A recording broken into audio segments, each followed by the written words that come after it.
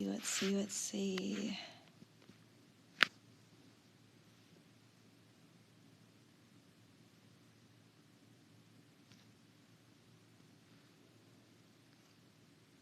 There it is. Pull this up.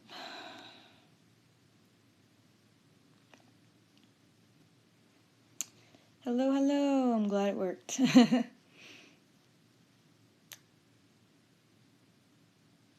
Hello, hello, hello, hello. Welcome, welcome. Hopefully you can hear me. That's what I hope for. Yeah, I've needed to do more art streams and junk. It's been a while.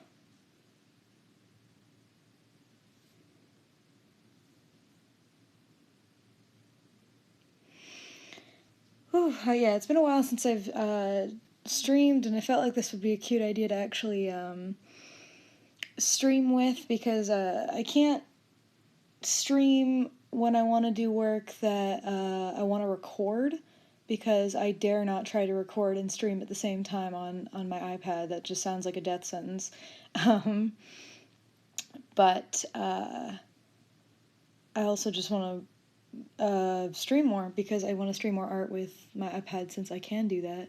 But yeah, hi. So you can, of course, ask me questions if you want, and stuff, and I'll try and chat while I draw and all that good stuff. So yeah, it should be fun. What I'm going to be working on is, and again, like it says on screen, if the stream just suddenly ends out of nowhere without any warning, just know that is because Mob Crush after a while tends to crash for one reason or another. It's usually good for about an hour or so, but I've had issues where it will just suddenly crash. So if it does happen, know that I'm sorry.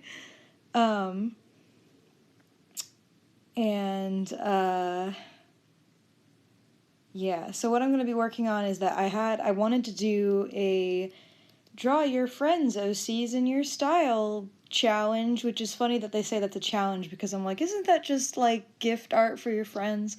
But you know, whatever. I wanted to do that because I thought it would be fun. But I'm technically calling it my gift art, or draw your mutuals OCs in your style, because some of these people, I follow them, they follow me, we chat sometimes, but I'm not sure if they would consider me a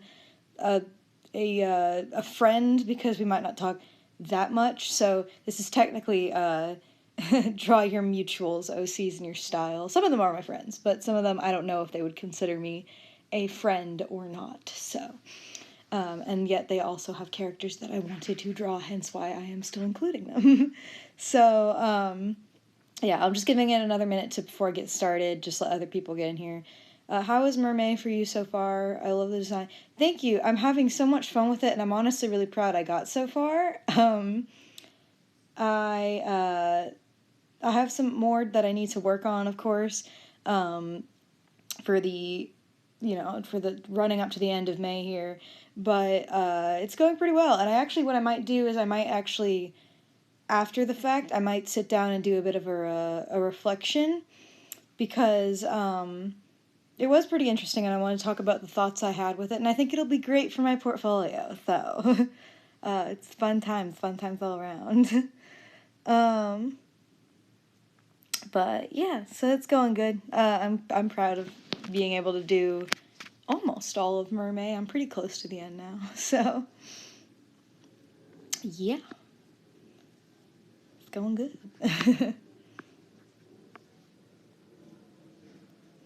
Alright, so I have, by the way, I should note, if you can't see it over here, I have in fact sketched all of these out already, because I don't really like sketching on streams typically and stuff like that, plus I only got the idea to stream it after I sketch them, but I just don't personally like sketching on streams, because it becomes really hard to focus, and I usually need to think more when I sketch. So I have all sketched these out. There's 9 of them in total. And I'm going to let you guys pick which one I work on first, because they're all here. We've been here for a little while. So I have, oh shoot. Hopefully I can remember everyone's names off the top of my head. Sometimes I forget. So let's just go through these, what I have sketched so you can see them. This one is for a mutual, I knew their name half a second ago and I've forgotten it. Hang on, I'll pull it up. Oh, Glamist. They follow me on DA for some reason. I follow them on DA. They have really pretty art, and we've done an art trade before, so they have some pretty neat characters, and I wanted to draw one of them, so this one's for Glamist.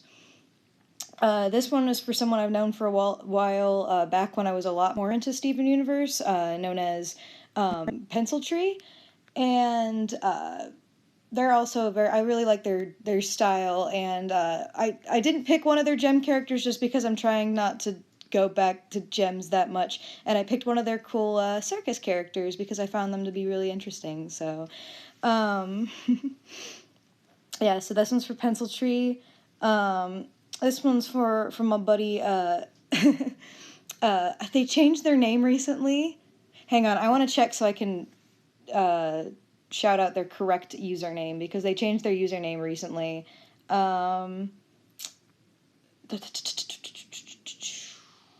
This is just the segment of shoutouts, by the way. Where are you? Where are you? In my favorites. But yeah, we both follow each other. We've talked a few times. They're very fun to talk to. There it is. So Bubba Bew is the owner of this character, who they posted recently, and they're really fun to talk to, and they also have really great art. I really love their art style and stuff like that. So I'd go check them out. It's Bubba and then BUU if anyone wants to go look them up. And if anyone wants to look at any of these artists, please ask me to. You're free to ask about their usernames. Please do. This one's for Twisted Disaster, of course, because I had to include her here, and I wanted to draw one of her characters I haven't drawn often. So this is one for Sweet Succubi, who looks fun and whom I hadn't yet drawn before. This one is for my wife. This one's for Quantablos, a character she made kind of recently, whom I haven't drawn yet, so I'm drawing her, because this is my excuse. This one is for, they also changed their name recently. Let me go verify. I made collab adopts with them recently as well, and they got real cute art, and they're really friendly. If I can find them in my favorites, please. They had a lot of characters to pick from, like a lot of really pretty characters. This is the one I settled on, though, because she has skeleton hands, and that seemed like a fun challenge, so I picked the babe with skeleton hands. There it is. Hang on one second. Yeah, this OC belongs to... their new name is Hazia, Hazia, and they're very nice, and they got real cute art, so I'd go check them out. It's real cute. It's real soft and cute and stuff. Yeah, so that's for Hazia. This one is for Aerofex Dracona, who is just also has a really cute art, and also very helpful reference sheets. So that was very helpful. But again, mutual, because they watch me, I watch them, so I that's why it counts. So yeah, I picked their little one of their robot characters because I like drawing robots every now and again. So yeah.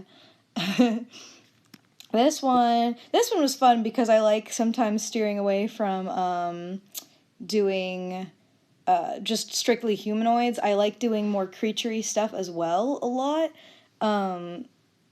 So whenever I get a chance to do that, I take it. And this was one of the more recent characters posted, so I felt like it'd be helpful. But this character belongs to, oh shoot, I hope they don't pronounce this wrong.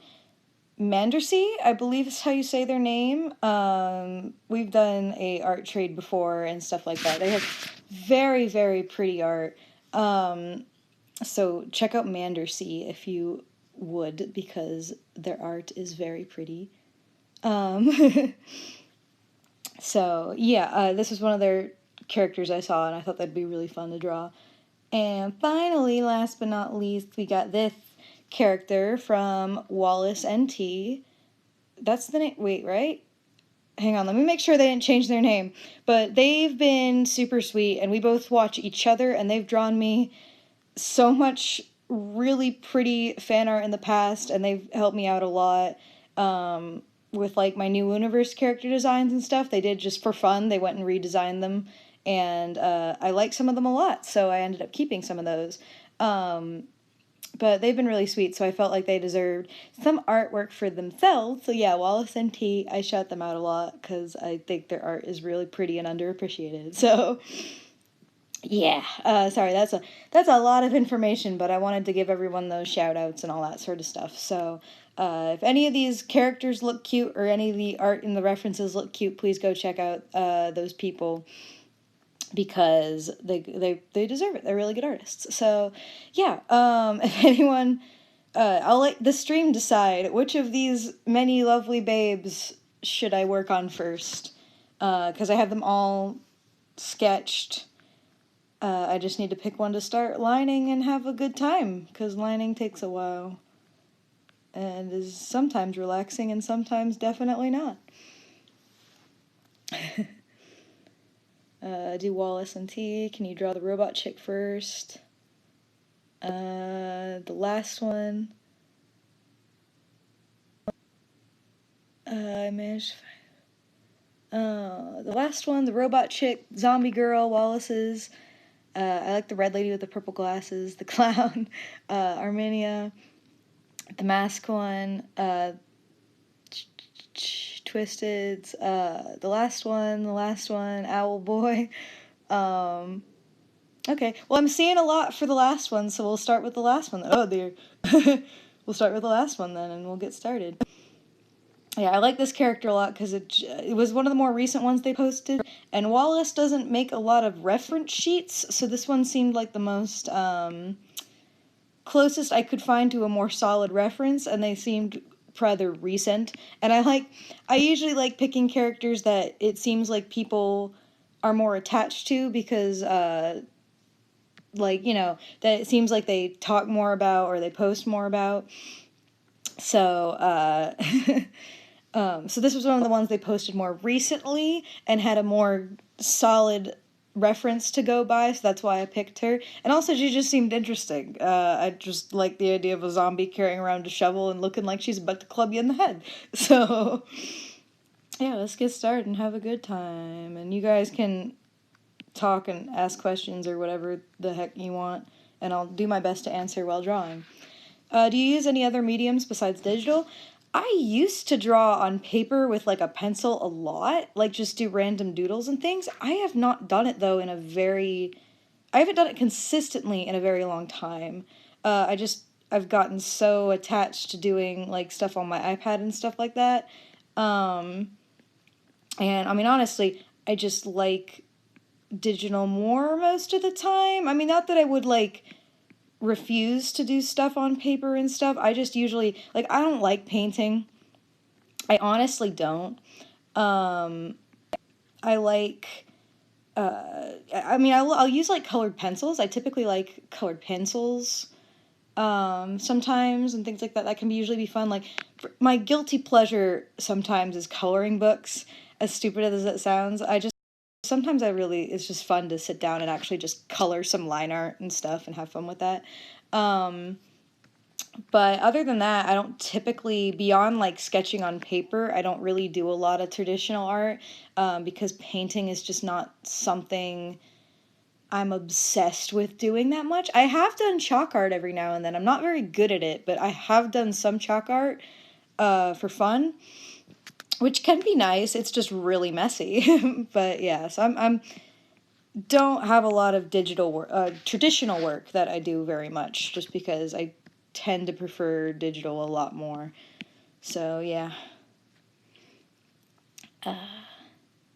Please understand how you draw characters like proportionate. It's a lot of practice and a lot of it takes a lot of understanding how bodies work and forms work. Something I have actually gotten asked by like my animation teacher is how like I can do things like walk cycles on different creatures and stuff like that. And I think that's just because I've done a lot of studying into how things move and how the anatomy of certain things.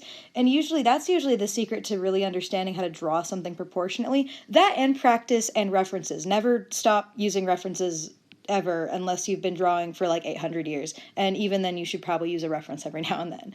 But it just takes a lot of understanding how bodies work and stuff, because that's how you figure out how to stylize it better and how you can kind of cheat your way around things or do things that maybe might not be accurate to life, but you can make it look good because you understand how to make it look good. You understand how to break the rules and stuff like that. So along with references and just general practice as a whole, just understanding how anatomy works is usually the secret to drawing pretty much anything. Because I'm not the kind of person who thinks that you need to be able to draw perfectly from life before you can ever do anything else in your art. But I do believe that you need to understand how life works before you can really get a good grasp on style and things like that.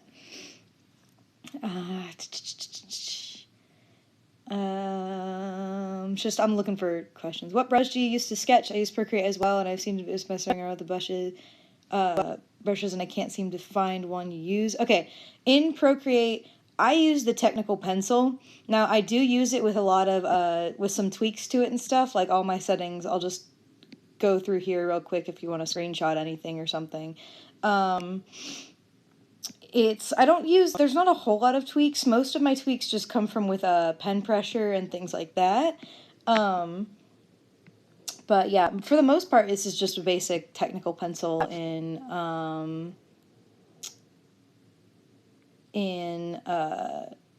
Procreate and stuff like that. Sorry, I'm like reading some messages off screen. So if I ever have a weird lapse in my speech, it's either because I'm forgetting something and having a brain fart, or I'm reading something off screen. So I apologize if that happens. So yeah. Okay, sorry. Yeah, so I typically use, for the line art and stuff, I use just the technical pencil with some slight adjustments. That's always actually my advice to anyone using digital programs. If you ever feel like a brush isn't perfectly fit for you and you can play around with the brush settings, at least try it and see what happens, because you'll probably find something that might be pretty helpful. So, yeah. For some reason, I've gotten to a point where I've just been asked that question. I used to get really irritated when people asked me what brush I used, but nowadays I've started to get less and less bothered by it, and probably just because I'm probably growing up a little bit is probably why. There's so many people having conversations right now. Hang on, I gotta adjust myself. I am hot in this room. 1 second. Okay. Oh goodness. All right. Sorry, figuring out what I'm doing for dinner.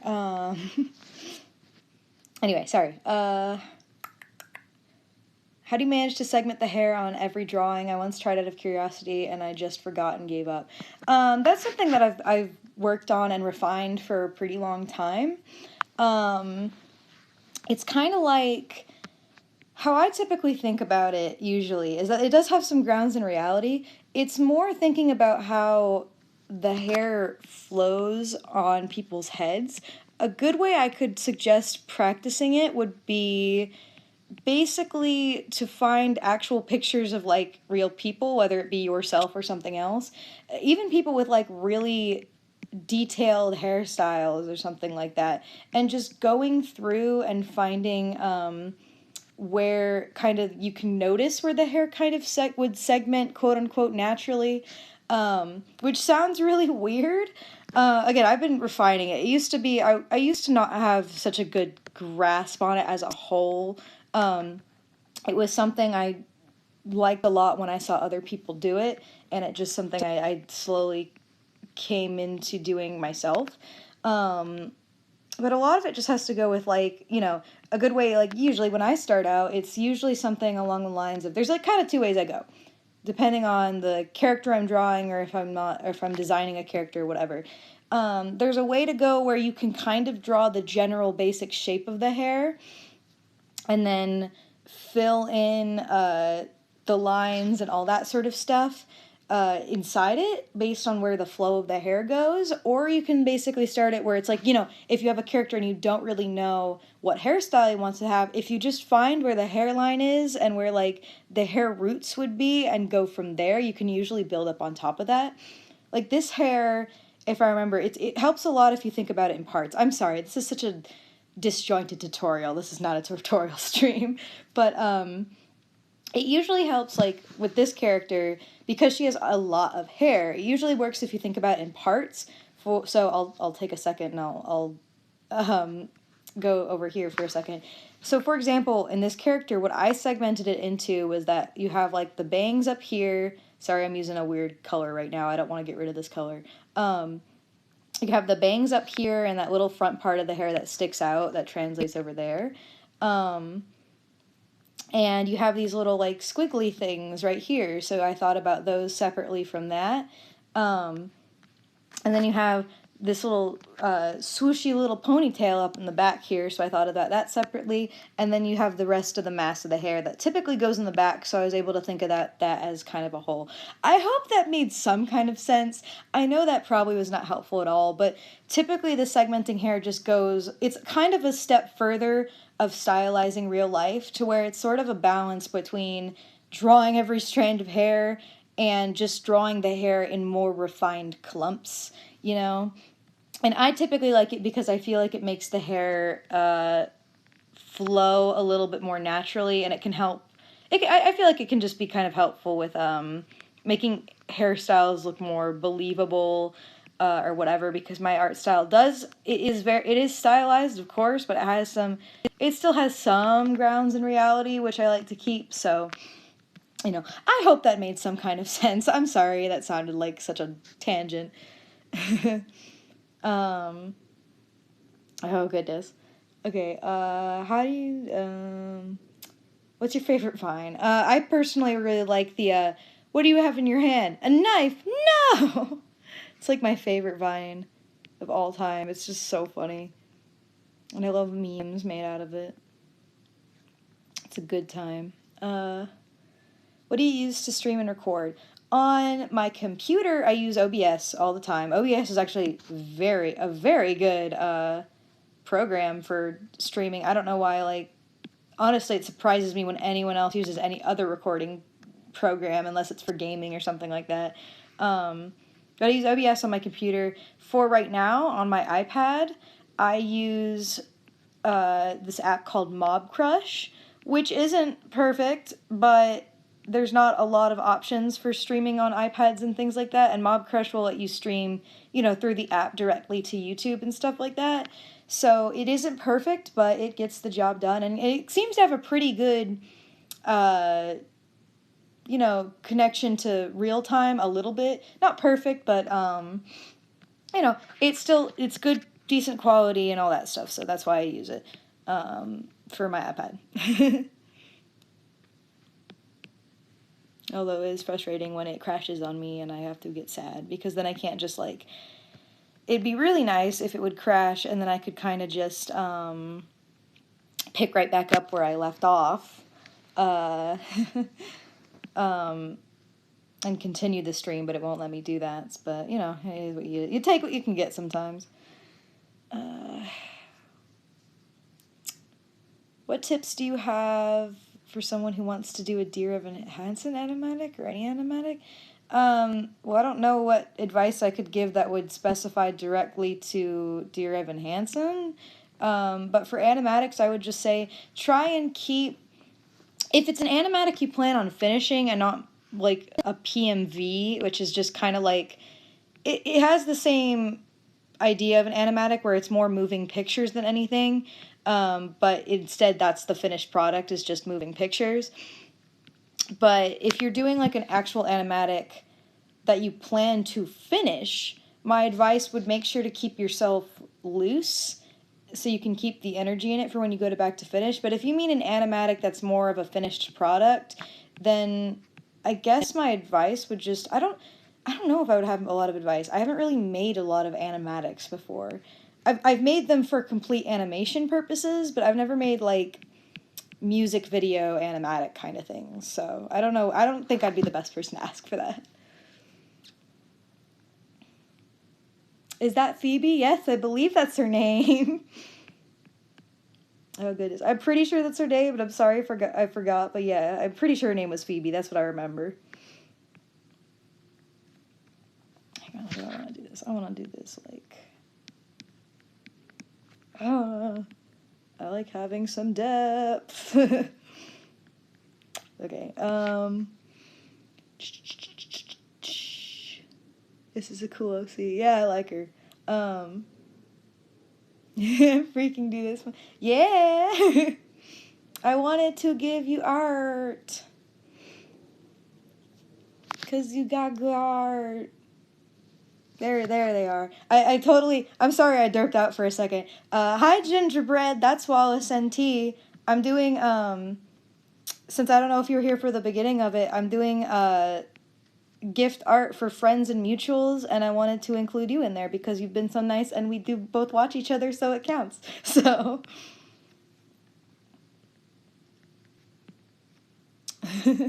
yeah, go follow Wallace and T. They got good art.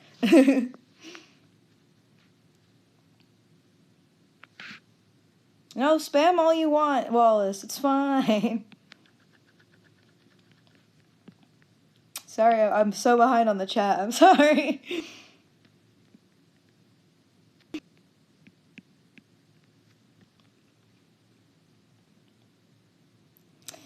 Oh, no worries. I'm having fun with it, and I thought Phoebe looked really, really fun to do.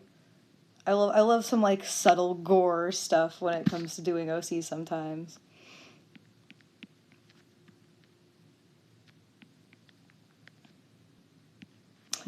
Well, thank you, Jilly and Seely. I don't entirely agree with you because my schedule's irregular and I cannot make consistent content for the life of me. But you know, I do my best. Okay. I'm gonna keep trying to check back every now and then for questions.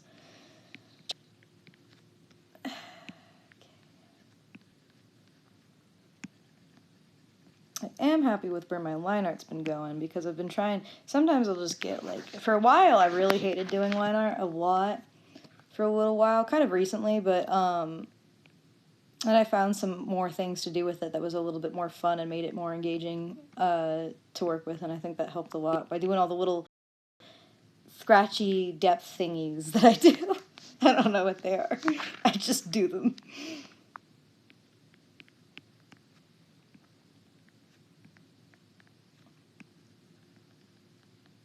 And then there was silence.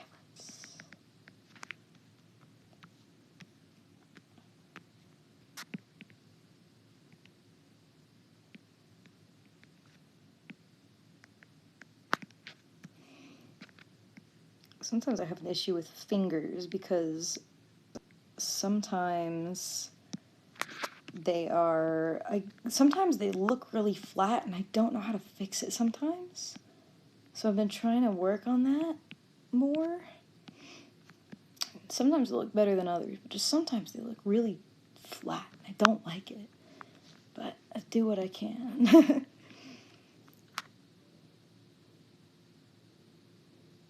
Oh, well, thank you. I did my best. Hopefully I can get her colors right too. The sound of tapping on the iPad caught me off guard.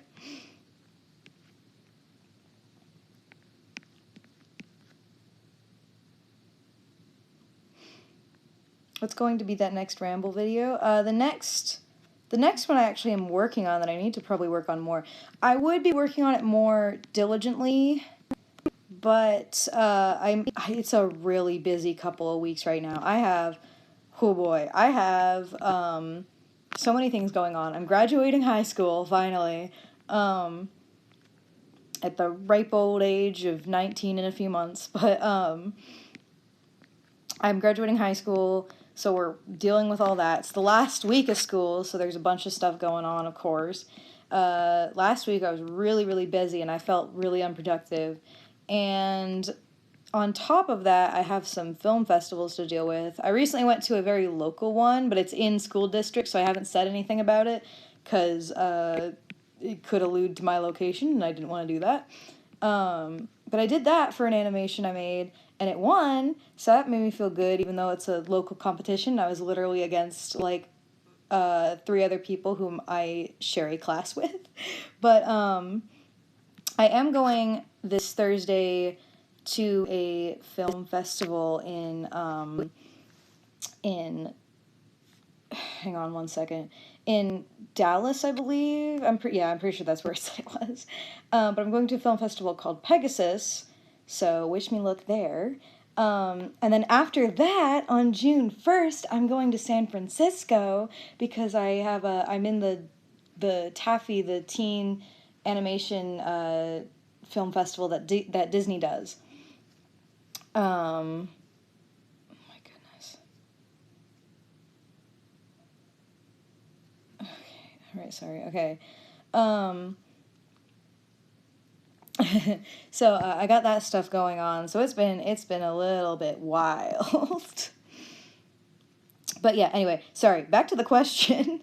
The next one I have in the works it's basically just me. It's the thing about art, which is a really vague sounding, I know. But it's a ramble about art as a subject matter and stuff like that. I don't know. It probably sounds more philosophical than it's going to be, but that's the one I'm working on. I have a big, giant review of a game that I'm trying to work on that is slow going, especially because there's a specific kind of art I want to do in the background of it that I haven't drawn yet, because I've been busy with a lot of different other drawings. Just a lot of it is like, I haven't gotten to it because I'm doing other things, but there's that. There's a speed paint for a commissioner that I really need to finish at some point.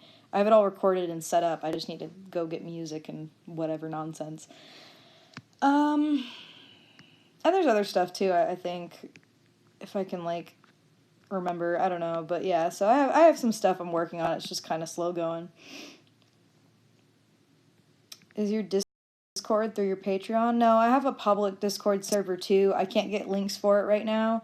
But I do have a public Discord. But there is a separate Discord that is exclusively for patrons, $10 patrons. But other than that, yeah, there's a public fan one that I can't link to right now because if I dare ever leave Procreate while I am streaming, it will crash. So, you know, you do what you can.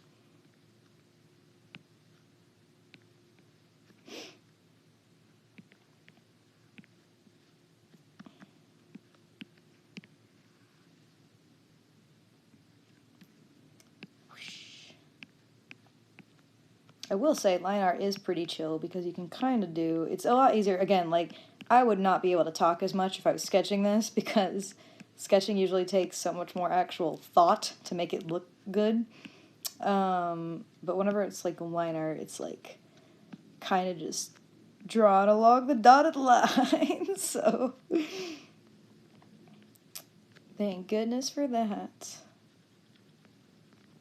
I'm in a decent mood right now. I don't know, that usually doesn't happen, but... sorry. I was readjusting myself.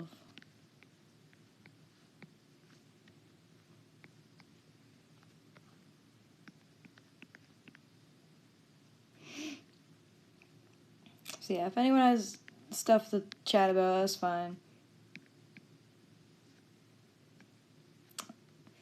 Love your mermaid art stuff things. Well, thank you. I appreciate it. I've been having a lot of fun with it. What was the last convention you went to? The last one I went to was San Japan last year, and I'm planning to go back again for my friends. I'm not working it, though. I haven't worked a convention at all yet. I'm just not prepared for that yet. I should probably do this eye while I am thinking about it. Because I almost forgot to do the eye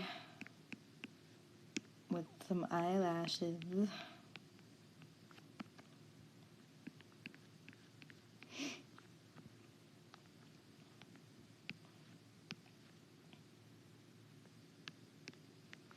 What's your favorite superhero movie? Gosh, I don't know which one is my favorite overall. I really like Guardians of the Galaxy a lot. I really like, yeah, I like Guardians of the Galaxy. I liked Spider-Man Homecoming. I don't know. I have a lot. I guess I'd probably, I mean, if it sounds cliche, I really did like Infinity War a lot because I felt like as a movie in itself, it had a very interesting, like, I really loved the ending narratively. I hated it emotionally, but I loved it from a narrative standpoint just because it was such a brilliant, it was so well written, and it was just a really good movie as a whole, and I think they handled the amount of characters they had really well, because that is something that is so easy to mess up and do in a very horrible way, where everything's a train wreck and the story is too crowded, and I think they broke it up very well, and I think that the ending was very, very interesting and different for most superhero movies. It was the kind of thing that subverts your expectations in the best way, so yeah. I like it. I like Infinity War a lot.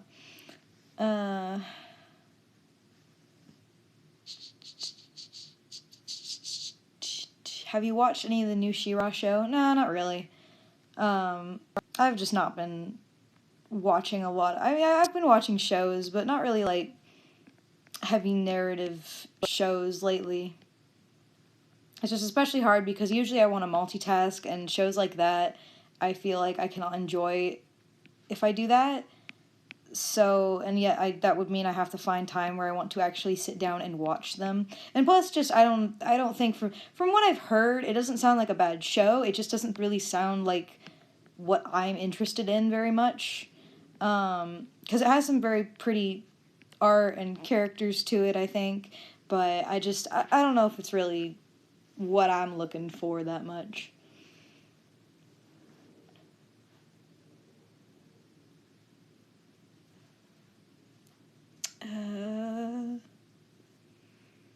Sorry, I'm looking at the questions.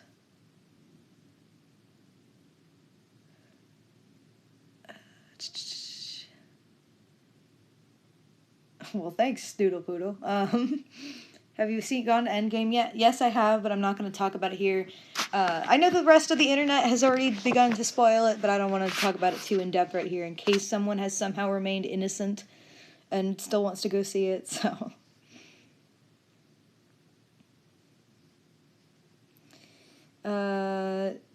Have you ever considered making a video on how you do wine and coloring? Maybe tutorials are just a little difficult because I liked when I did the live stream tutorial with posing. I feel like that was a lot more, I got more done than I feel like if I pre-recorded everything. Because what's hard about tutorials is that, like, whenever I make them, all I can sit there and think about is, like, all these other questions that, like, you know, like, all these other things, like, but how do you do this, but how do you do this, and then it just becomes so much that I never get it done. I never feel like I'm doing it properly, and I feel like being able to actually, like, sit there and clarify things people are asking, or, like, expand on things in better detail, I feel like is a lot more helpful and makes me feel more accomplished, so... I mean, maybe one day, but right now, probably not. Just at the current moment, because I am so busy.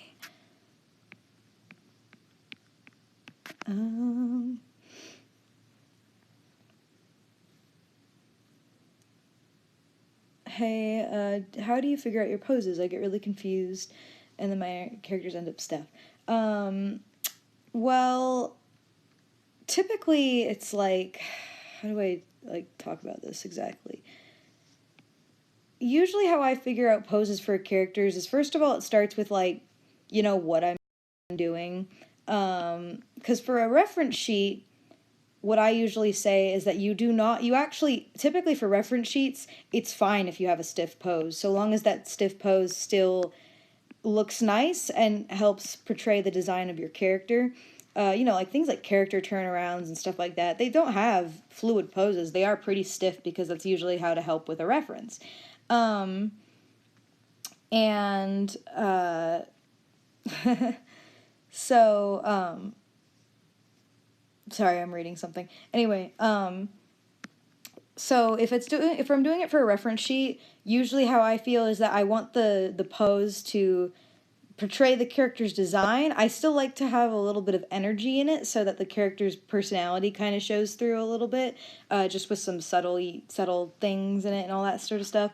But generally, I'm not as, like, for reference sheets and stuff like that, you don't need to be as fluid and crazy. In fact, it's actually kind of preferred you don't make poses super complicated and super extra in references, because it can obscure the reference and it can make it confusing for like a different artist to draw that character, because they're not sure what's what and things are blocked and all that sort of stuff. So usually simpler is better in reference sheets. For other drawings, though, if it's like a scene where I know what I want to be happening in the scene, it's just a matter of looking at references and making sure you know how you want your characters to be composed and like, sorry, I'm focusing on this swoopy swoop. But, oh goodness. But, usually when you're doing that, you want to think about like composition, and you want to think about what the poses you want, and then usually, like, depending on the pose, you probably should find references and things like that so you can draw it correctly. If it's coming to like drawings like this where there's nothing actually really happening, it's kind of an idle pose that you want to look nice, it depends on two things. For one thing, it depends on the personality or the expression you want to express with the character, and then it just depends on like what you want to end up doing. Typically what I do, I'll actually show this real quick. What I've started doing recently to help my poses and things have a little bit more energy to them before I really sketch them out is I've started doing really rough sketches like this. So, like, this looks really, really messy and really unclear in a lot of places. Like, that is not a hand. That is, like, some lines that are curving around to imply there is a hand there. But I go back over that sketch and I make a more solid one, and that helps me get a better energy and stuff for the piece to help me figure out, so I can focus on the pose before I focus on the actual, before I focus on all the little tiny details. So usually if you use a little bit more energy and, like, don't worry so much about the details starting out, especially because when you're doing digital art, you have layers typically. So you have a perfect reason to do something really messy and sloppy and then go back over it and refine it, which I think a lot of artists need to take more advantage of when they are starting out. Because a lot of them don't seem to know layers exist sometimes. But that being said, if you're just trying to figure out what pose you want, like, you don't have as much issue with poses. It kind of just depends on the character you have. Like, personally, I think the advice of don't draw stiff poses can be a little bit misleading and easily misinterpreted. You don't want a pose to look like, okay, how do I explain this? Because some characters, stiff poses work. If your character is really tense and really nervous or anxious or they're surprised or something, or they're more like strict and solid, a stiffer pose is actually better to express their personality. Do I have any in this actually, like, here that I can use? I probably do. Hang on, let me just, like, yay, I can start coloring now. Like, for example, with the stuff I have here, because I like doing different poses and stuff like that, but for characters like this one, that I'm doing for Bubba, they're a character that's a lot more serious and a lot more, like, sophisticated and stuff, so for him to be stiffer is just better suited for his personality, because he's more rigid and all that. It's just it's a character thing. Same thing with this character. She's not, like, she has a more surprised, more, like, louder expression, so she's a lot more stiff and straight, like, so yeah, you know, she's a lot more stiff and straight. She still has movement and character in her picture, and so while she might be stiff in terms of the pose she's making, there's still life in it. So it's not a matter of not making your poses stiff, it's having those stiff poses still have some kind of energy to them, and that's why I suggest, if you're struggling with having poses with energy, make a first sketch that is extremely loose, extremely, like, nonsensical. Do not worry about having refined details in it or anything. Just let your hand go loose and build a pose off of that, rather than worrying about all the tiny little details up front, because it'll help your it be more expressive and stuff like that. Now I can get the coloring, yay! And if you're still watching, Wallace, feel free to correct me if any of the colors are incorrect, since you're here. Hang on 1 second. I'll go back to reading questions in a second. Yeah, I hope that helped with something. Hopefully. I don't know how to explain things on the spot very well sometimes. Hang on, I wanna... Little details. Okay, okay. Sorry, I'm going back a little bit. How do you learn to draw wrinkles in clothes? Are there any quick suggestions you can give? My best suggestion would be to look for tutorials and stuff. There's plenty out there that talk about wrinkles in clothes. Some of it also is references and things like that, you know. It's, again, there's not a lot that I can give that's like a super special secret. The best I could probably give is to just play around with it a little bit and see what works. And I think probably maybe the best, I'll do it right here real quick. The best thing I could tell you not to do is never make clothes like clothes wrinkles like this, because that's not how clothes wrinkle. There can be really tight-knit clothes, but these are usually things that follow around in loops and have more dynamicness to them than that. But I don't know. My best advice would be to look up some tutorials, because there are tutorials out there that give more visual representation and can explain it much better than me, so...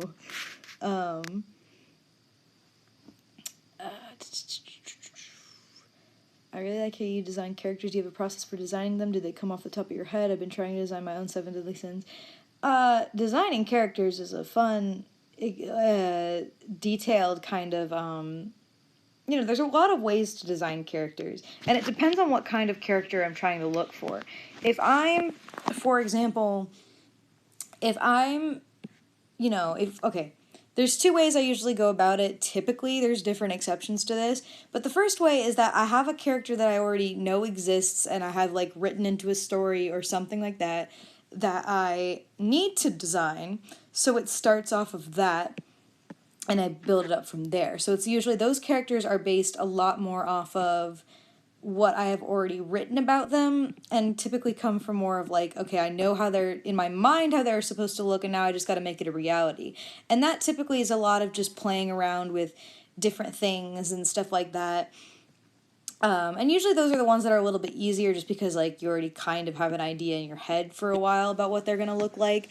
I mean, although recently I did design some headshots for some Luniverse characters that I had not yet drawn before, just to get an idea of what they would look like, and some of them did turn out much different than I originally had in mind.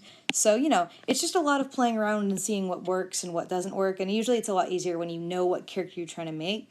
For characters that you're designing that you don't have such a clear idea, and it can go a lot of ways, often my suggestion is, for one thing, do not let yourself get really caught up in having them look a certain way. Don't get too committed to an idea. I typically say this when it comes to hair. Don't be afraid, like, if something's not working, don't be afraid to totally scrap it and go back and redo it. Because, you know, if it doesn't work, then you need to go change it. And sometimes the things that work are going to be things you least expect. You know, there's just a lot of playing around with it. And I'd also say, again, this is something that I feel like a lot of people struggle with. Don't be afraid if, like, you decide later that you feel like a character should be a certain way. Don't be afraid to go back and, like, change it and redesign it a little bit. Because all characters improve over time, and no character starts out the way you want them to be typically. There's usually going to be some revisions and stuff like that. So don't be afraid to make those. Yeah, I don't entirely have a process. It depends on what I'm working on. Sometimes there's characters where it's like I can design them and I'm satisfied first time around. That's how I felt like with Hope, my little vampire bat character. But then there's other characters where I have to go through a lot of iterations to figure out what I want them to look like and play around with different things and yada yada yada. So it's a process, and it's a lot of experimenting. And also I would suggest, if you're not sure how you want it to look, find some pictures of like things, like other, like real people or other things you feel like fit their aesthetic, and kind of in your mind like look at them, look away from them, and then go design your character with those images kind of in your head. I hope that helps a little bit. I can't give any like end all be all advice, but you know, it's character design is a very wide and very varying subject that can have a lot of different ways you can go about it.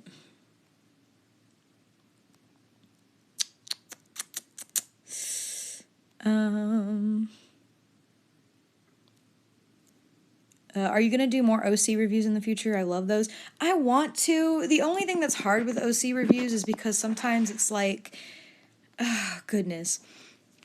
It just is sometimes hard to do those, because I feel like they can be really time consuming to make an actual video for, which is why I don't really do them anymore. If I ever do them again, they are most likely going to be in the form of live streams, because I did try that once and I liked doing those a lot with friends. And I feel like those can sometimes be a little bit more interesting, because then you have other people there, so you can hear more opinions and sides on them. So it's not like I don't want to do more OC reviews. It's just really hard to review someone's character without giving it all the proper time. Because I'll be real, okay? When you're actually reviewing characters and not just looking for like bottom of the barrel characters to just shit on, it takes a lot of time, because there's usually a lot of stuff to read and a lot of stuff to consider to review that character fairly. So, you know, it's a very time-consuming thing. Are you taking requests or commissions or nothing at all? I will eventually be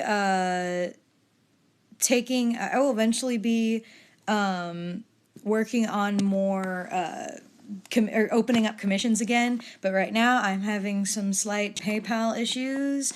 It's fine. I know I figured out what the issue was, but my only thing is that I have to actually wait a little bit in order to actually get it resolved, so I can start sending money. Because here's the thing. I think I can still receive money with my PayPal, but I don't want to start doing it until I know I can send money back if needed. Because otherwise I might start doing commissions and then someone wants a refund and it's like, oh no, I can't send money back to you. You know, I don't think that's fair. So until I get it all like settled 100% and I know I'm good, then I'll probably open them up at some point after that. But for right now, I can't take any commissions, and I don't really do requests. So, yeah. Do you write a character's story before designing them, or do you design a character before creating the story? I imagine you're kind of all over the place, but what do you do more often? Typically, I'll design a character out of need more than out of whatever. So typically, it will end up being the story that comes first most of the time. Usually, I mean, because here's the thing. I usually don't go out and say, I'm going to design a new character so I can build a story off of it. It'll usually be, I'll design a character and I'll be like, hey, I want to keep them and make them a story, you know. I don't usually go out thinking I'm going to design a character so I can use them, you know. I'm assuming that is probably red. Feels like it would be red. Question mark. Hopefully I'm not doing that incorrectly. Does Luniverse have a place where one can read or follow the story? Not yet. It doesn't have a full-out story right now. If you want to follow like the development process and like all the information about it and stuff, that's on my DeviantArt. There's plenty of pictures on there that go in depth about certain things I can talk about and all that sort of stuff. Some things that cannot be spoken about because they are spoilers that will not be revealed until the actual story is a thing. But yeah, so if you want to read stuff about it, it can be on my DA, but there's no official story currently. Yeah, it's right. Okay, good. I just want to make sure I wasn't like making assumptions.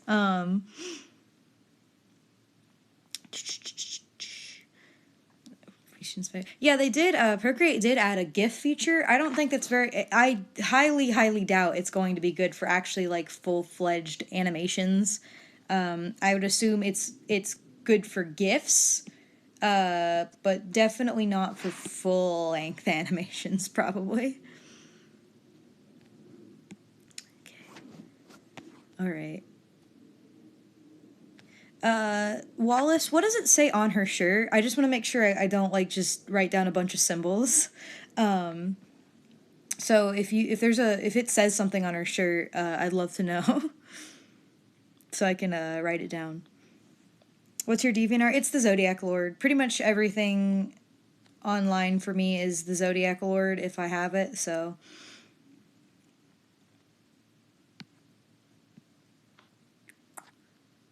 Do you still roleplay? Where do you go to do that? I still roleplay sometimes.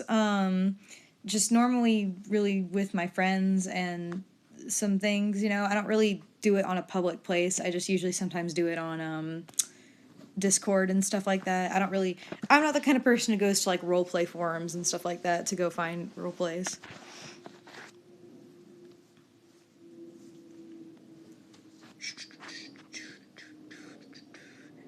2 feet in the grave. Okay, cool. Thanks. Okay,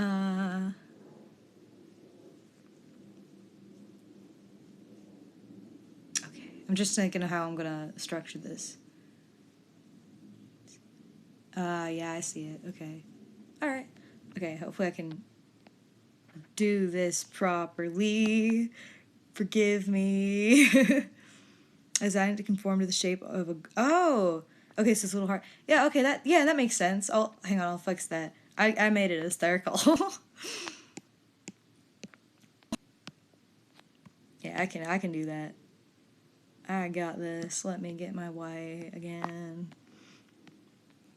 Okay. I'm gonna outline this so I can get the shape right here.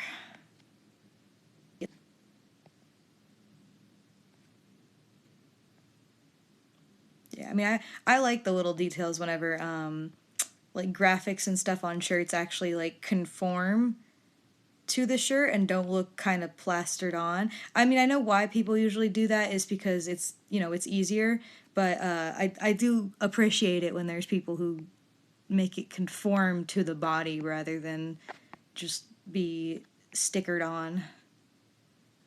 Because it takes them thought and it looks nice usually, so.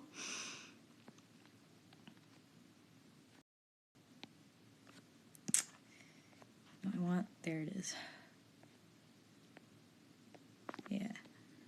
Yeah. I think I got that mostly right. Let's play a game. Are we going to get to the other pictures here before Mob Crash crushes? You predict the future. Oh man, why is it? Hang on real quick. I am going to turn on my fan because it is hot in here for some reason. It was not hot in here a few minutes ago, or a few hours ago, whatever. So let me just turn on my fan real quick so I can stop sweating. Ha ha! Okay, hopefully that'll be better. Okay, so now I gotta do some graphics. Yeah, I see it now. Okay.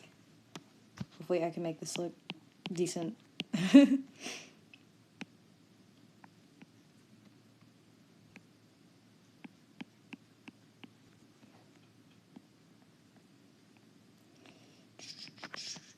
This is where I got focus. Focus time. Da-da-da.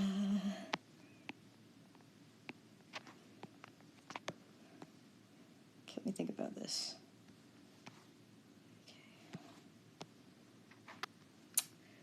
Let me think. Okay.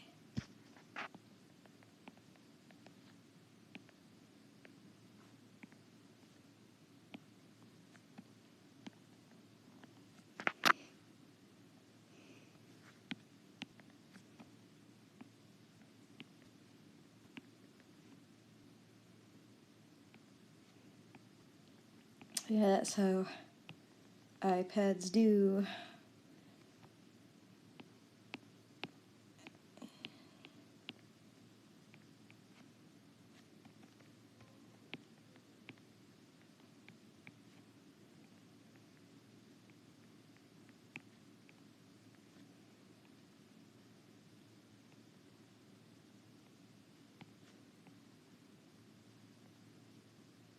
Sorry, I'm quiet. I'm trying to, like, write this in a way that doesn't look totally stupid.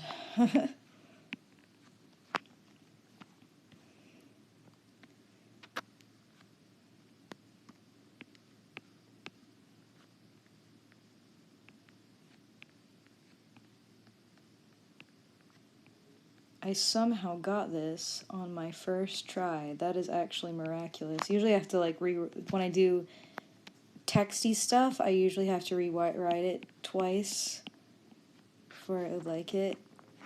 I somehow got that looking decent. Wow. Do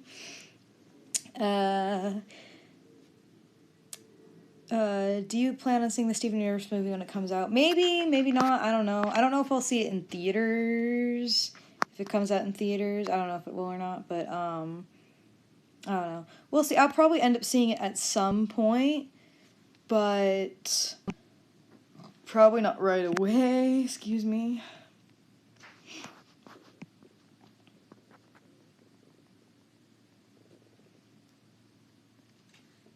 Nailed it. Yay! I've been approved.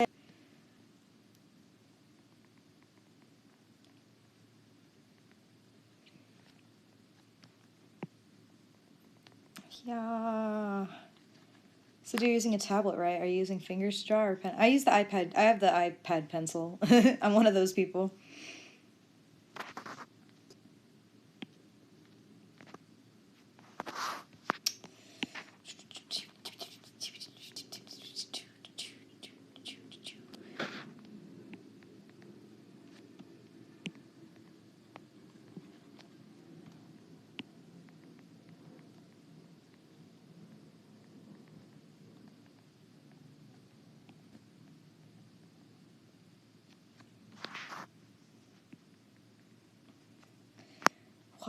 Okay. Oh,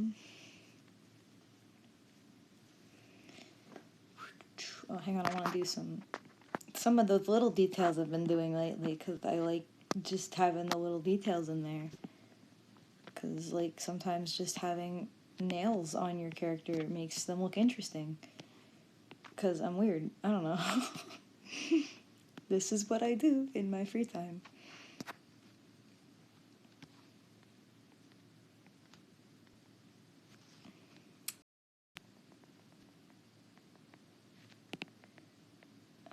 Do you think you'll ever get a graphics tablet? If so, what kind? No, probably not. I don't really have a need for one. I mean, I have like a Cintiq, but I don't usually use it that much. Just because I just like the iPad and stuff more, and honestly, I'm gonna be totally honest, I do not like Photoshop CC at all. I really don't like it. It's really frustrating. There's a lot of features that they had in old versions that they took out of this new version for some reason, and it's not very user-friendly, in my opinion. So...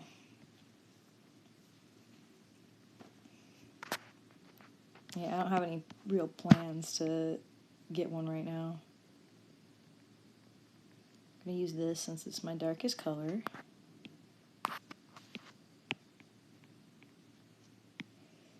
Because I like using my darkest color in place of black sometimes. And she's a zombie, so we're gonna make her look... yeah, I'm gonna make some assumptions here.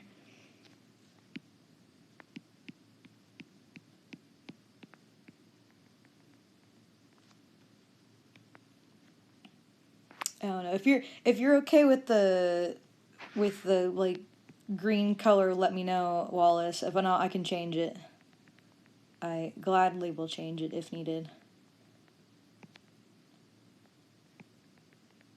I don't know why I'm doing her face details right now. I just am.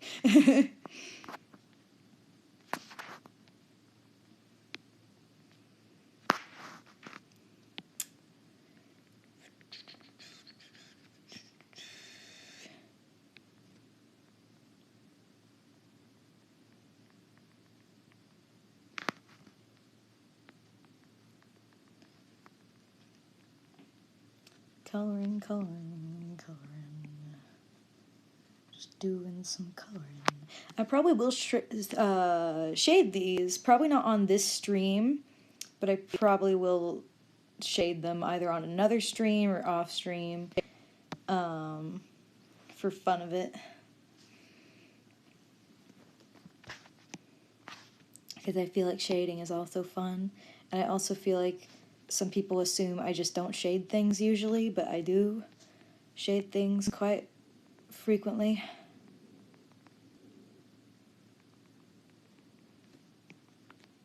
Yay, thank you.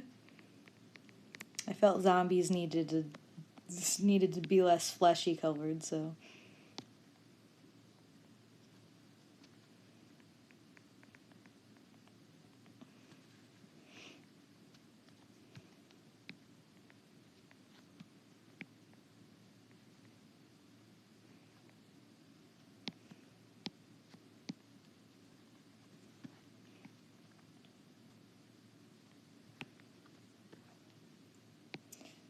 And there was silence while I colored this jacket. Oh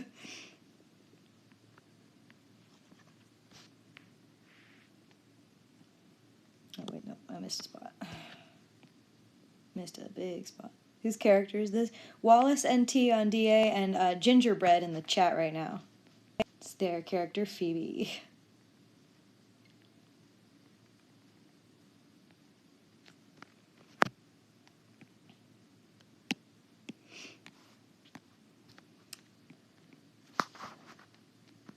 Some of that gray.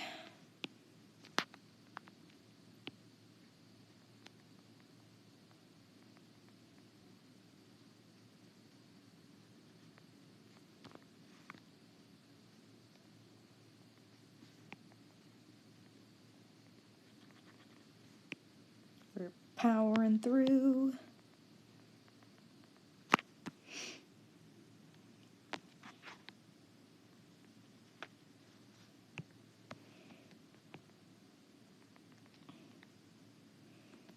Coloring is relaxing. I don't know what I'm talking about anymore. Love the way you draw. Well, thank you. I appreciate it. I enjoy drawing very much.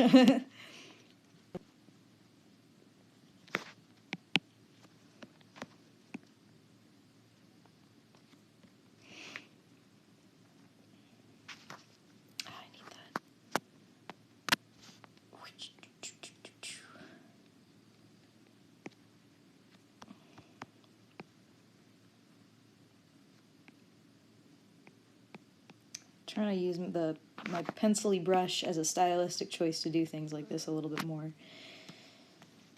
because I feel like it just adds to everything I already do anyway. So been trying to color some things with it a little bit more. Yeah, all right, now I just got her beautiful, beautiful face. It's not the right color. I didn't want that color, actually.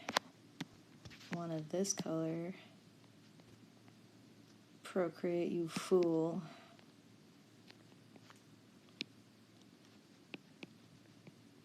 Give her some white teeth, as all zombies have. And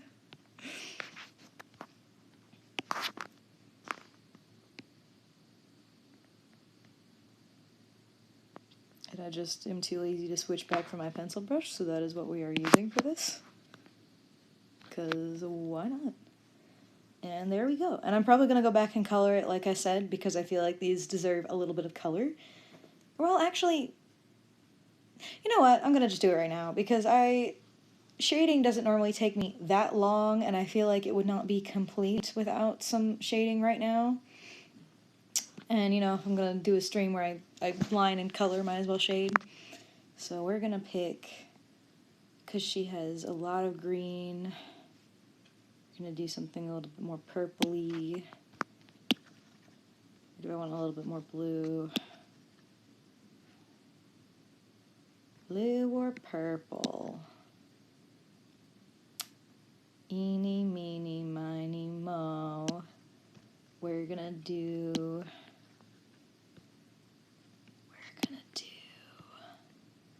I'm trying to figure out what color to use. We'll do this more bluey gray for the fun of it. So first I gotta go do my general shadows around here.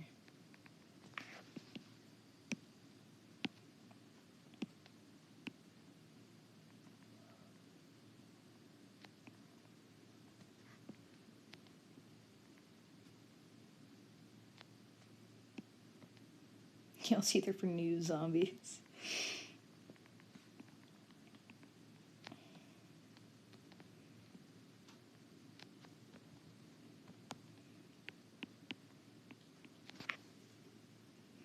What's your favorite part of art?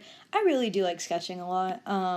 Just the general, like, feel. I feel like sketching is often the most relaxing part of art a lot of the times, just because it's the one where it feels like you're really just getting your ideas out and dumping them on a page. I do like coloring a lot, though, and sometimes shading can also be very relaxing.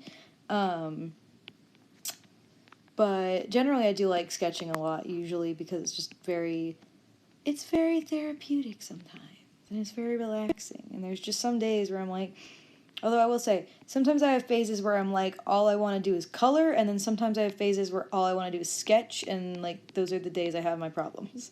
Because I'm like, I don't want to do both. But, yeah. Oh, dear. I think my dog's barking, so I might have to dip out for a second to go let her back in. Because I think someone left her out without actually waiting for her to come back. Though...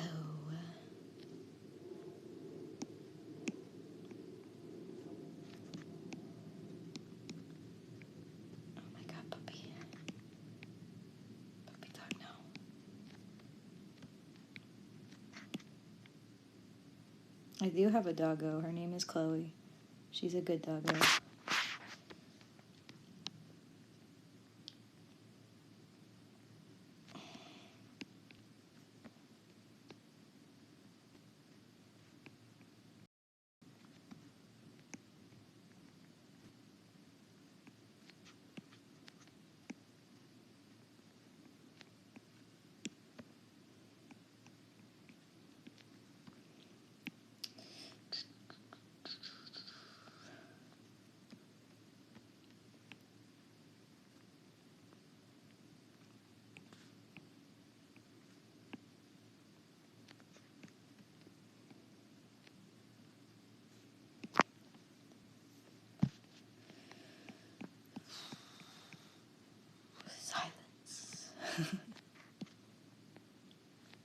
What does a YouTuber do in silence other than make fun of the fact that there's silence?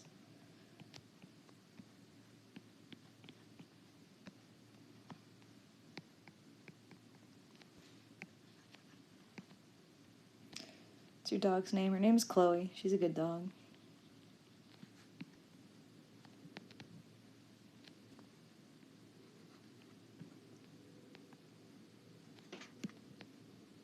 She's a mutt.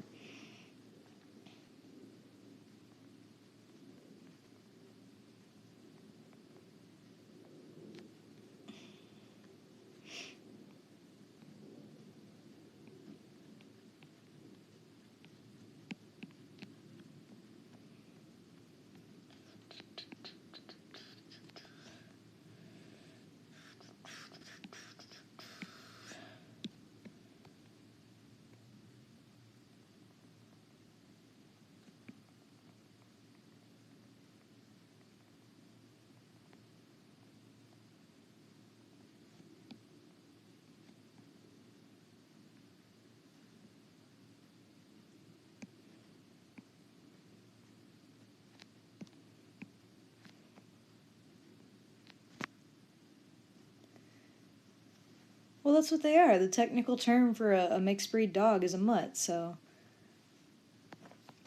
I don't think I need to apologize.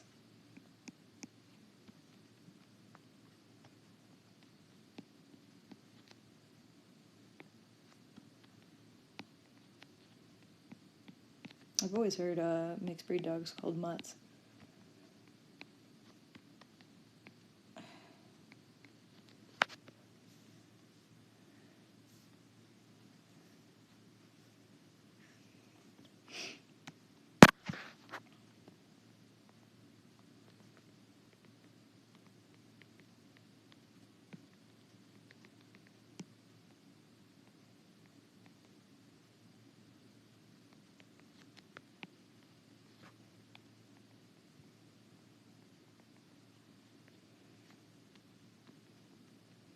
Are you gonna do any random animal drawings? I mean, not right now. I don't know.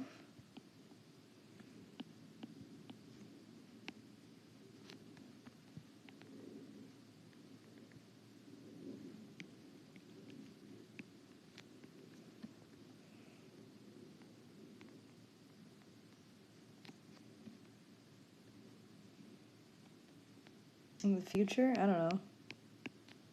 I mean, sometimes I draw animals when I'm usually like commissioned to or whatever.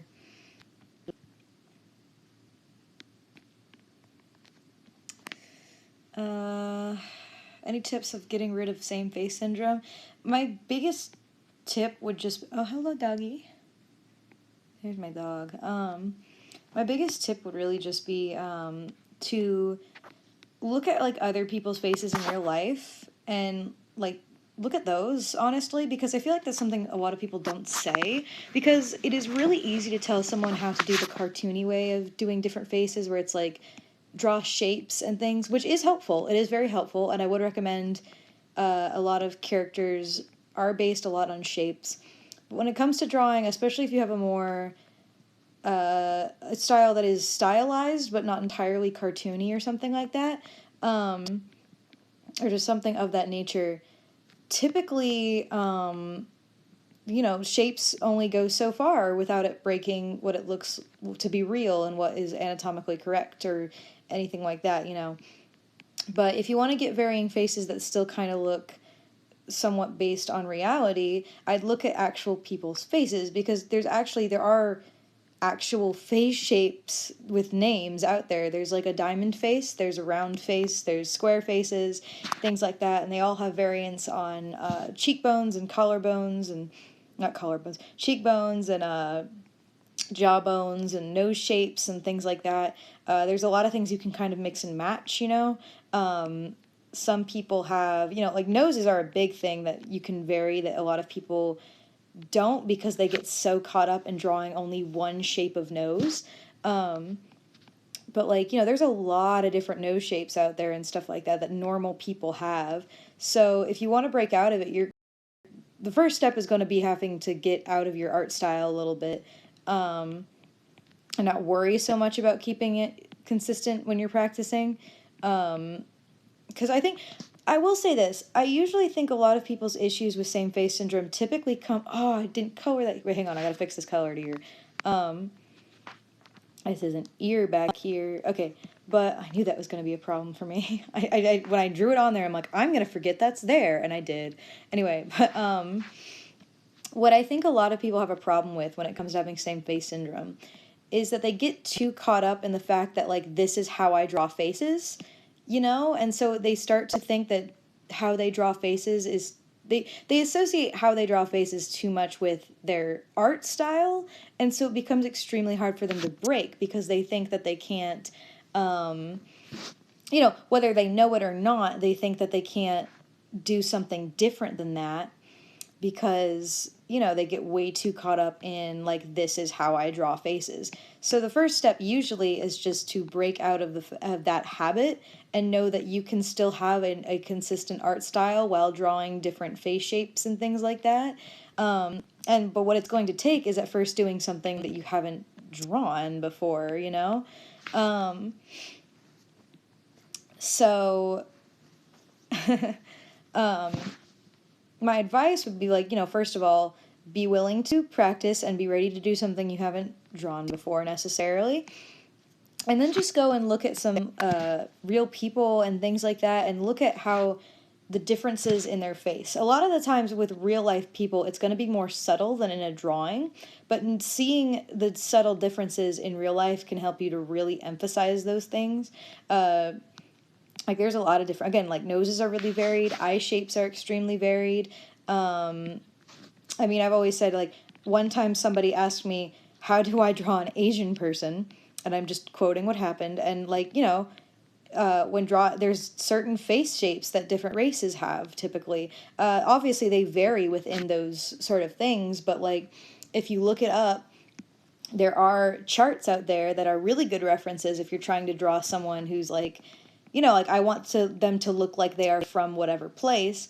There's a thing out there that kind of gives like the average face shape of people in certain areas all across the world.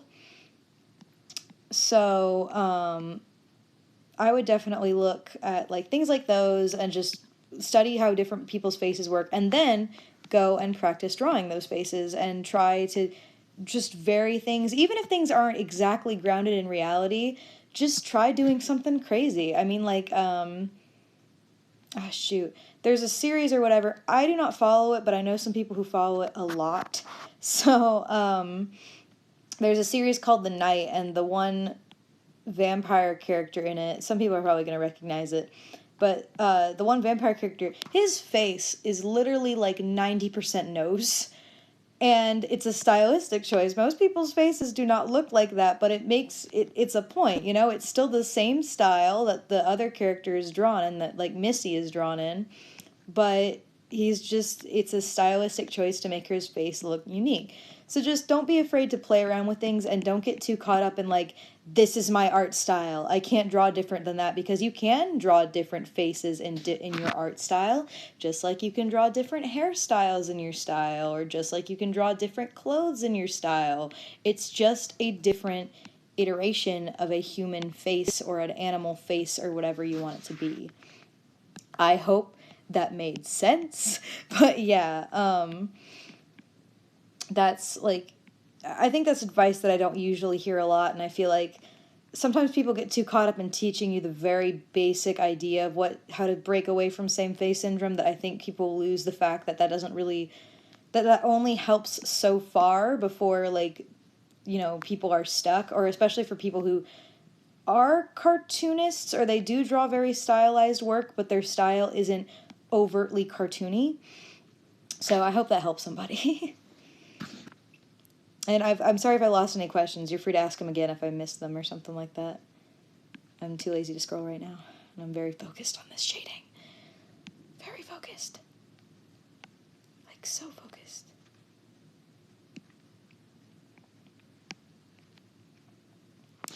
Hey Zodiac, since you're giving art tips, how do you draw a skirt properly according to you, and how do you draw gears nicely? Well, I don't really draw a lot of gears and skirts. Yeah, so I don't draw a lot of gears. My only suggestion for gears is references and look up some tutorials, because I do not draw gears very often, so I am not the person to ask for gears. But for skirts, it depends on what kind of skirt you're drawing. Again, there's better references that go in much more detail on like the dynamics of a skirt and how to draw like different kinds of skirts properly. But if you're talking about, like, I'm assuming you mean like typical flowy like skirts that flow around. The best advice I could just give off the top of my head is just to like worry about finding the shapes and stuff in a skirt when you're drawing it, and understand where the movement is, because skirts are great to show movement if you know how. You know, and like use it to show where gravity is and all that sort of stuff. Again, I'd look up some more detailed tutorials for that, because I don't think I'm going to be very helpful right now. I like the way you cut off the drawing, like how it's cropped around the hand pocket. It looks nice. Thank you. I appreciate it. I'm happy you noticed that.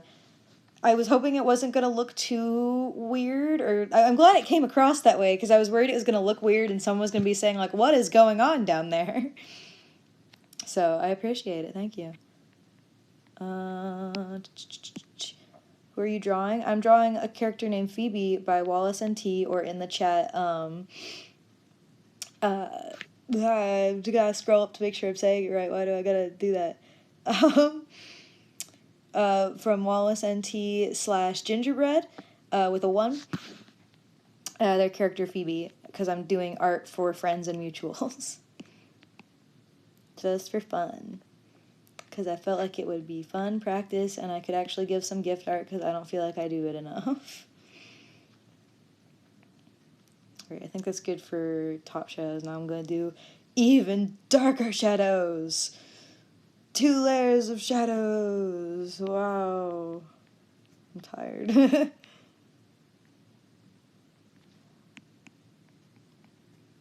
I'm trying to do something now where I have a, like, where I do a different level of shading, but I actually do really, like, really smaller shadows and stuff with the pencil brush, and I found it's actually worked very well for textury stuff.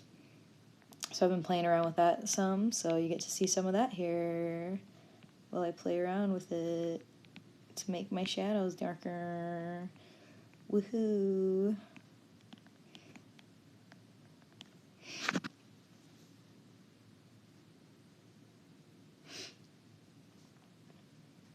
I was just wondering about what software you're using for the brush. I absolutely for the brush. I don't know its name. Any advice for clothing? This brush is the technical pencil in Procreate. It's just it's a default brush in the program that I've tweaked a little bit. I haven't tweaked it too much though. It's mostly the same as it comes defaulted. Just there's like some pressure settings and stuff I adjusted to fit my needs. But yeah, and for clothing, I'm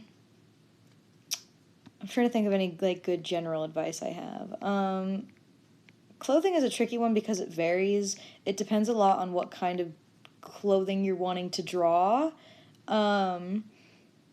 You know, like, I will say one thing I typically see people do wrong is that they do not, like, how do I describe this? It's like they don't really think about what the texture is they're drawing. You see this a lot with, like, either anime or people drawing, like, a lot, like, kind of more sexual charged art, you know, where, like, they will draw, for example, a shirt that is supposed to be loose and baggy, yet it seems to cup someone's chest very perfectly. Again, you see that a lot with, like, female characters, but you see it with guys too. Like, people do, for example, they'll do men's pants and their crotch area will be extremely defined despite the fact that they are wearing otherwise baggy jeans, you know? So it's all, again, a lot of, like, looking up references and understanding how, like, certain clothing textures work, like what's the difference, what clothing is going to look like if it's skin tight versus if it's like loose and flowy, what it looks like when it conforms to the body, what it kind of looks like when it wrinkles more. Like, I don't usually do this when I draw pants just because I don't personally like drawing it like that. It's a personal choice, but you know, like, realistically, jeans typically bag a lot around the knees and the back of the knees. Stuff like that. So clothing is going to be just a lot of looking at references that fit what you're trying to go for and stuff like that. Yeah, I sorry that's not super helpful, but oh, thank you. I'm glad it helped, Inky Bloom.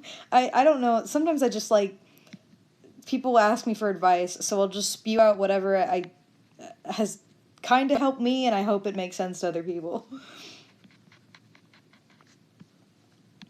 Yeah, and I mean, it is unfortunate because, like, slight tangent here, but, like, I've seen some people who get really annoyed when, like, an artist will respond to a question, like, how do you draw blank with, like, references and tutorials and stuff like that, and,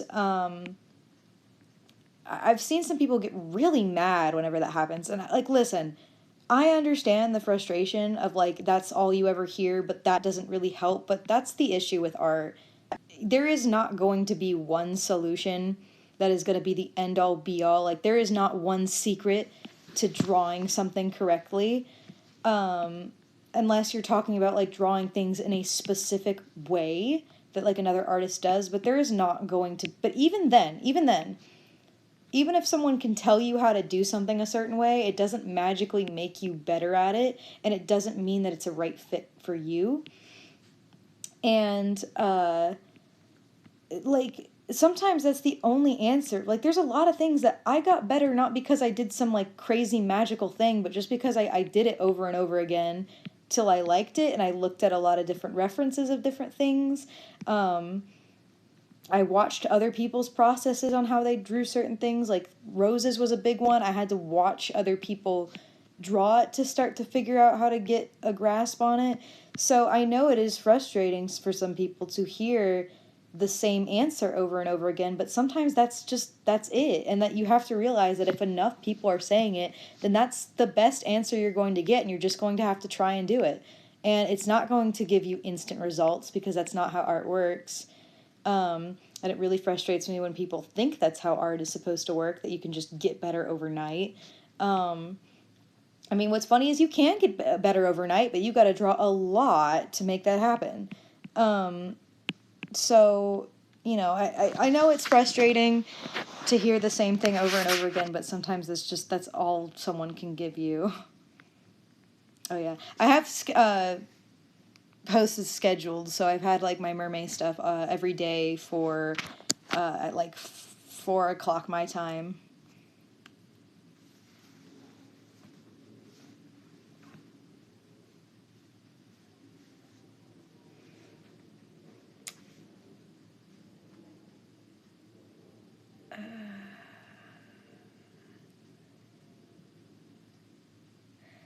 I just couldn't really figure out when people would do tutorials because it didn't really look right. I understand that. I will say there are better tutorials out there than others. Some tutorials are really unhelpful because they teach you like, here's a step-by-step tutorial on how to draw something, but it does not teach you how to draw it yourself. It teaches you how to draw based on a step-by-step tutorial, which is not usually very helpful. And I will say, there's a series, the person does post a lot of these on DA for free, and there are actual, like, full books about it, but there is a series called How to Think When You Draw, and I think those tutorials are insanely helpful, and I would highly recommend them, because they don't really go into, like, here's a step-by-step on how to draw, a thing. They go into, like, here's what to think about when you're drawing blank. And they go into some really, like, some of them are really obscure, too. Like, they're things that you would think, like, well, why would I need this? But then it's, like, at the same time, you're like, oh, I know that, like, in the dark of the night one night, I'm going to be trying to draw, like, a lamppost, and I'm going to need some tutorial to help me out. And you'll find it and be like, oh, hallelujah. But, you know, so I think if anyone needs some tutorials for different things, How to Think When You Draw is a very good series, and it's very, very helpful, I found. So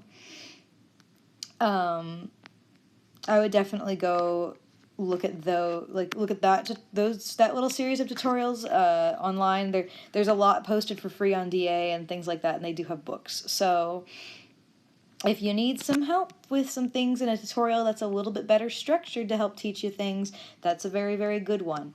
There's are a lot of actually really helpful tutorials on DA. There are some that are worse than others because they don't really teach you anything. They kind of just teach you, like, here's how you draw a blank, and it's, like, step by step. But there are a lot of really good ones that actually teach you, like, they break down the anatomy of things and stuff like that. So they're out there if you look. And there are sometimes a lot more helpful than just verbal communication.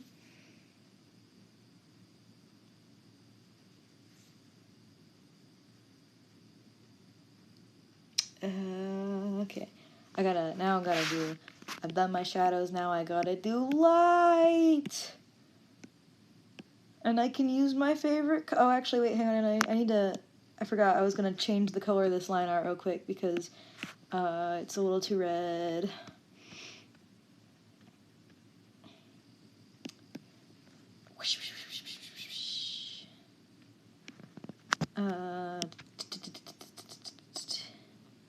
Make this more blue so the line art looks better on this green, because there's so much green and blue. And green and blue don't look good with the red tint that I usually use because it's a bitch.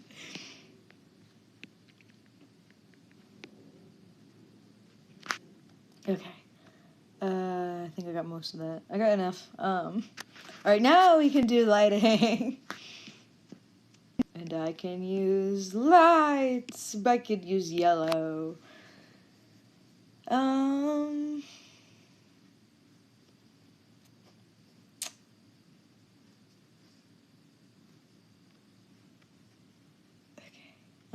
Alright.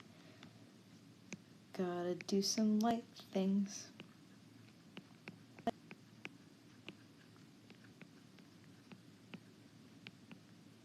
Yeah, the drawing again. I will shout them out until I'm done with the stream. The pictures being drawn for, in case anyone ever missed it or joined recently, this drawing is for, they're gingerbread in the chat, but they're Wallace NT on DA. Please check them out. They got really great art. And I'm working on images for friends and mutuals as gifts because I feel like I need to do that, so. Because I don't feel like I appreciate my friends and mutuals enough. And I also thought this would be a fun exercise and give me an excuse to draw some other things that I don't usually draw. Yay!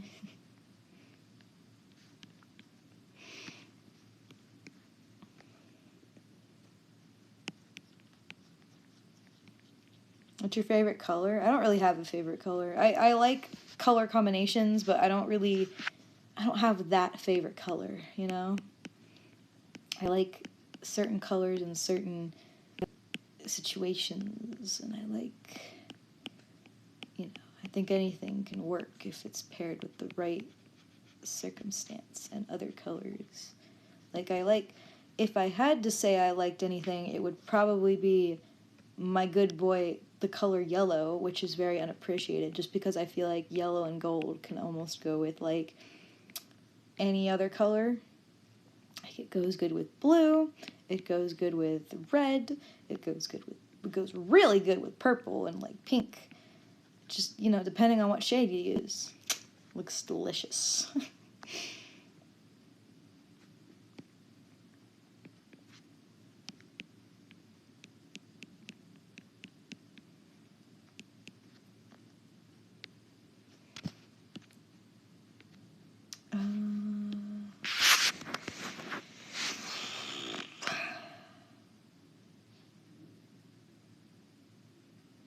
Sorry for the question, but do you have any advice for making line art that feels more crisp and stuff? I'm happy with what I draw on a sketch, but when I line it looks icky. Also, hello.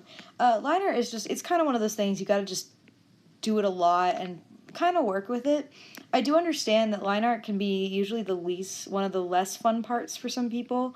Trust me, sometimes it's the least fun part for me, but usually what I would say, it's a lot of practice for, like, crisp, clean line art. It's a lot of practice with, like, really refining how you do it, and really, like, taking time to try and make sure your lines are steady and all that sort of stuff. And here is something I will say. Typically the advice I hear a lot is usually, like, make sure you make one solid line and do not, like, start and pick up your pencil and go back again, which is good advice. It is, trust me. And some people really need to hear that sometimes, and for some people they really need to do that and not, like, keep picking up their pencil. However, if you just watched my line art process, I do that.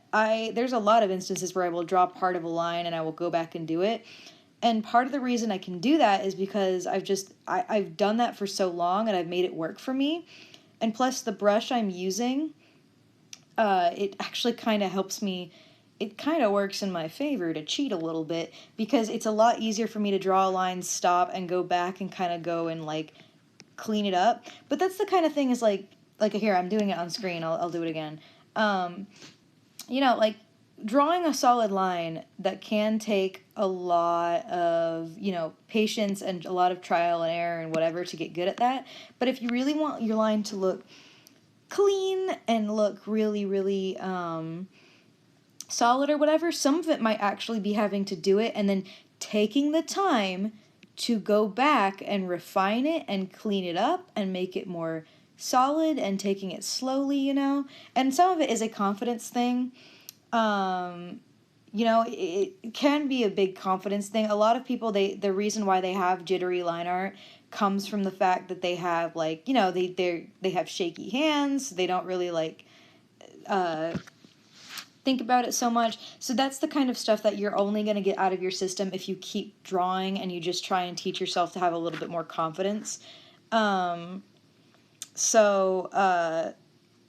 know, there's like, some of that is going to just take doing it a lot to figure it out, but some of it is just like, play around with it and make sure you actually take some time to do line art rather than like speeding through it at the speed of light.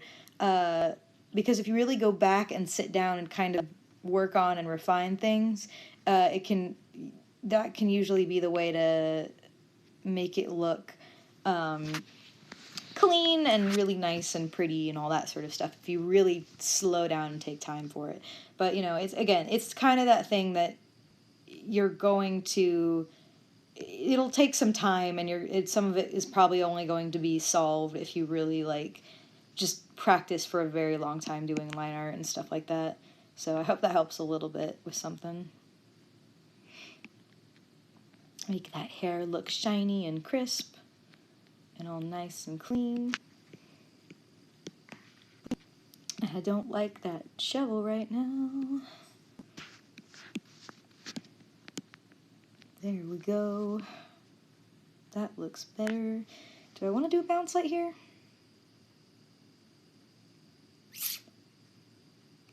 Do I want to do a bounce light here? I'll do a bounce light. Why not? I need to do those more anyway. We'll do it with red because there's a lot of red in this picture. That's not going to be the right color setting, is it? No, it is not. Alright.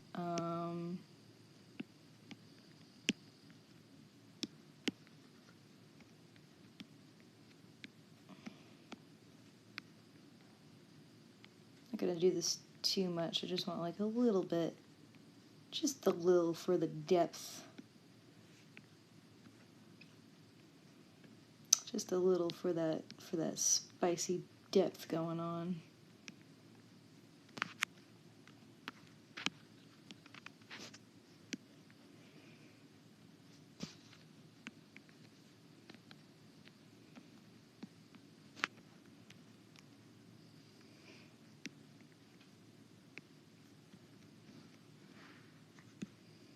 Just read there a little bit. It's not super distracting. Sorry, I'm focused. Now we gotta do that lovely little AB. Hang on, I need to fix this. Right. Then we gotta just do a little AB. I shine. There it is. All right. Okay, I saw a question.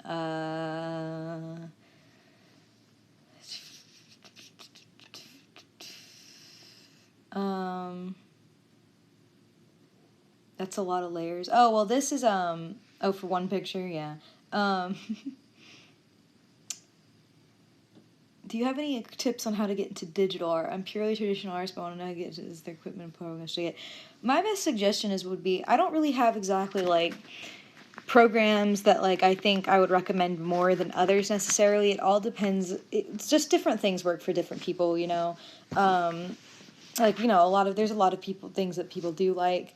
But my best suggestion would actually be, do not get the most expensive programs or anything like that right away. Start small and cheap when you start doing digital art and stuff, because, you know, you're not going to be good at it the first time that you do it typically. I mean, you have done traditional art, so you actually do, while there's still going to be a learning curve, having started with something will help you out.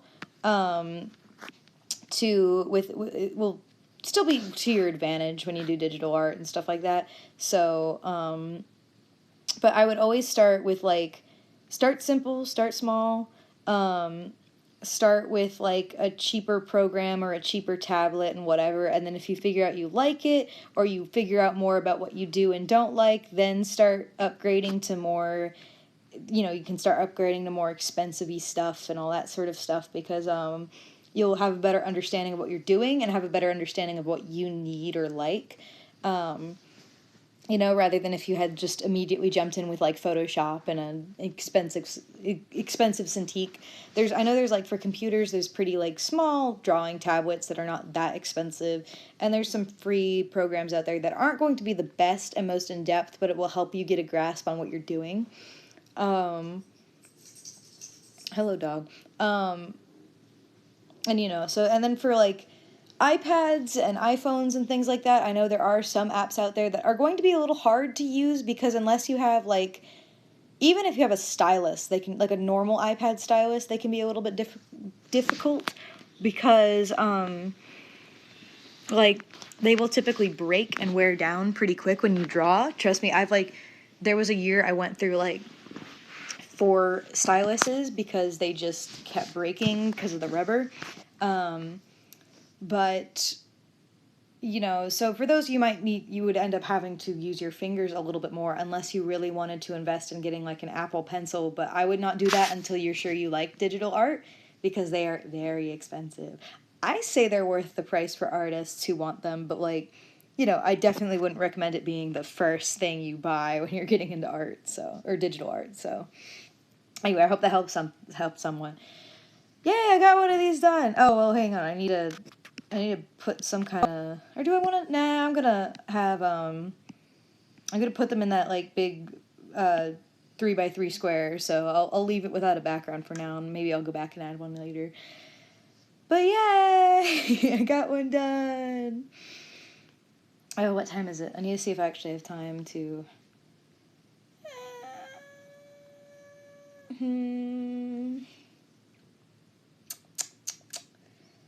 Maybe I'll do another one, but I'll take a break for a second before I decide that. So if anyone has any things to talk about, feel free to ask while I figure out what I want to do.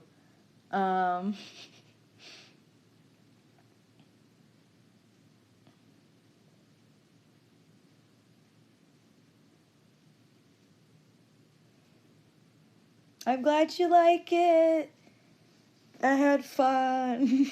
She's a fun character.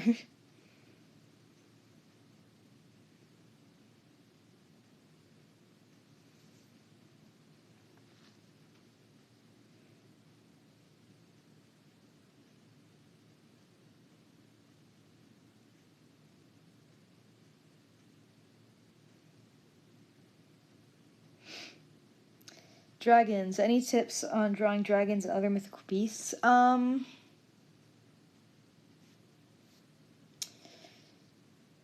There's my advice, because here's what's weird about like mythical creatures and things like that people don't take into consideration.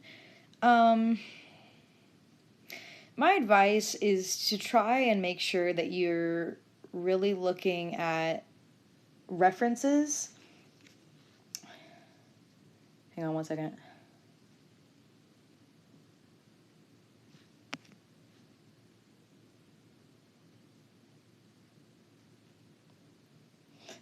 All right, so, goodness, I'm sorry. But my advice for things that are mythical creatures and stuff like that is that this is something that a lot of people don't do, and this is where a lot of people falter. Do not just try and think like, it's a fictional creature, so I'll just draw it from my mind and I'll be good. Even a fictional creature should have some level of references that you look at. They should have some kind of basis you go off of, something.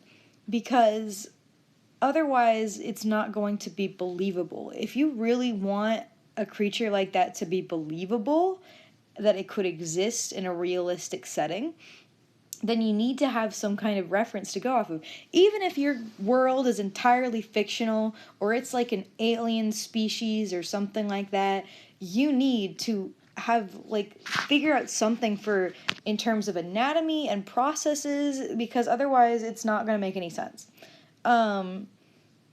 Like, I mean, there's a, like, Subnautica is really, it's a game that I really like the world building and species development on that, and there's a lot of really, really good, there's, like, images out there of concept art and design art and all that sort of stuff for the creatures in it, which is very, very good and interesting. But that sort of stuff explores the more anatomical and biological part of those creatures. And that's the stuff that people don't think about. And so they end up drawing these creatures that aren't really evolutionarily believable, which is fine. You can have a creature that doesn't like, that isn't supposed to make sense evolution wise or something. But if you want them to be a believable creature, then you're going to have to do some research and have some kind of like, think about the science behind it just a little bit. You know, because, you know, and also the fact that, like, there are a lot of different kinds of dragons. Dragons is actually a pretty broad term, and depending on where you go, their interpretation of a dragon is very different. You know, there's you can make there's all sorts of stuff. And the fact that, like, you know, I'll see interpretations of, like, sea serpents that kind of miff me a little bit because they do not look like a creature that would live in an aquatic setting. You know, and like, you know, they're really, like, they're very lizard-like, but not in the way, like, you know, because there are aquatic lizards. Marine iguanas are one, but they are still creatures that live on land and stuff like that. You know, if you're going to make, you know, for example, an aquatic dragon, unless they come up for air, they're going to need gills, or at least some kind of system to filter water and oxygen, or whatever it is they survive off of. If they're going to be swimming, they're going to have to be built to be, you know, I don't know what the word would be, not aerodynamic, but like they're going to need to be built to be a swimmer, you know, or they're not going to survive very well in the ocean. It's just little things like that that are should be considered when doing it. And like when thinking about how they move, again, a lot of people think, it doesn't exist. I will just make it up as I go because they don't exist, so no one can tell me it's wrong. Well, certainly no one can technically tell you it's wrong, but it doesn't mean that it's going to be believable. So I would look at, like, the actual, like, you know, look at other animals for reference. If, for example, you're making a dragon that is meant to be extremely lizard-like, you know, and here's something interesting. A lot of dragons that people see, their legs seem more constructed for a mammal than a lizard.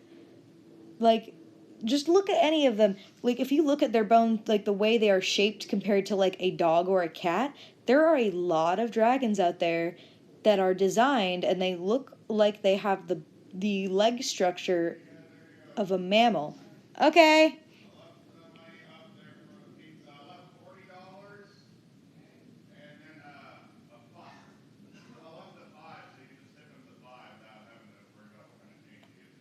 Okay, thank you.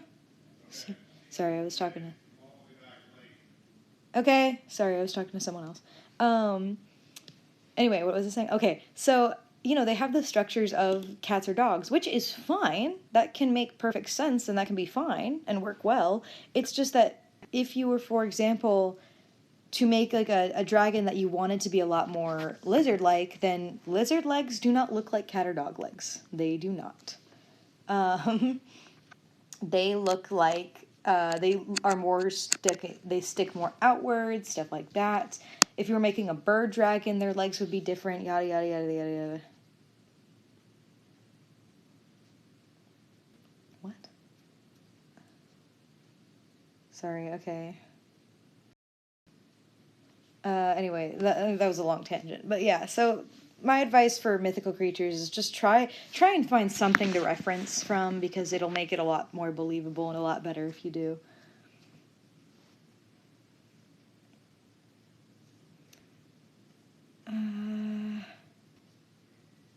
Sorry, I'm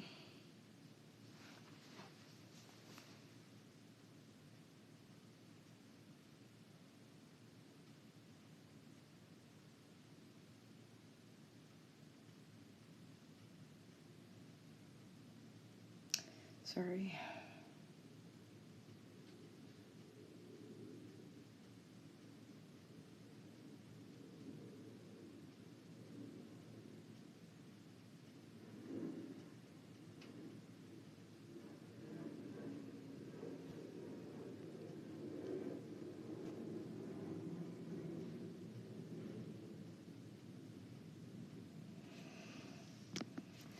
Okay, sorry if I miss anyone's questions. How did you develop a style? I'm finding it hard to stick with one. You just... Oh my god. Okay, sorry, 1 second.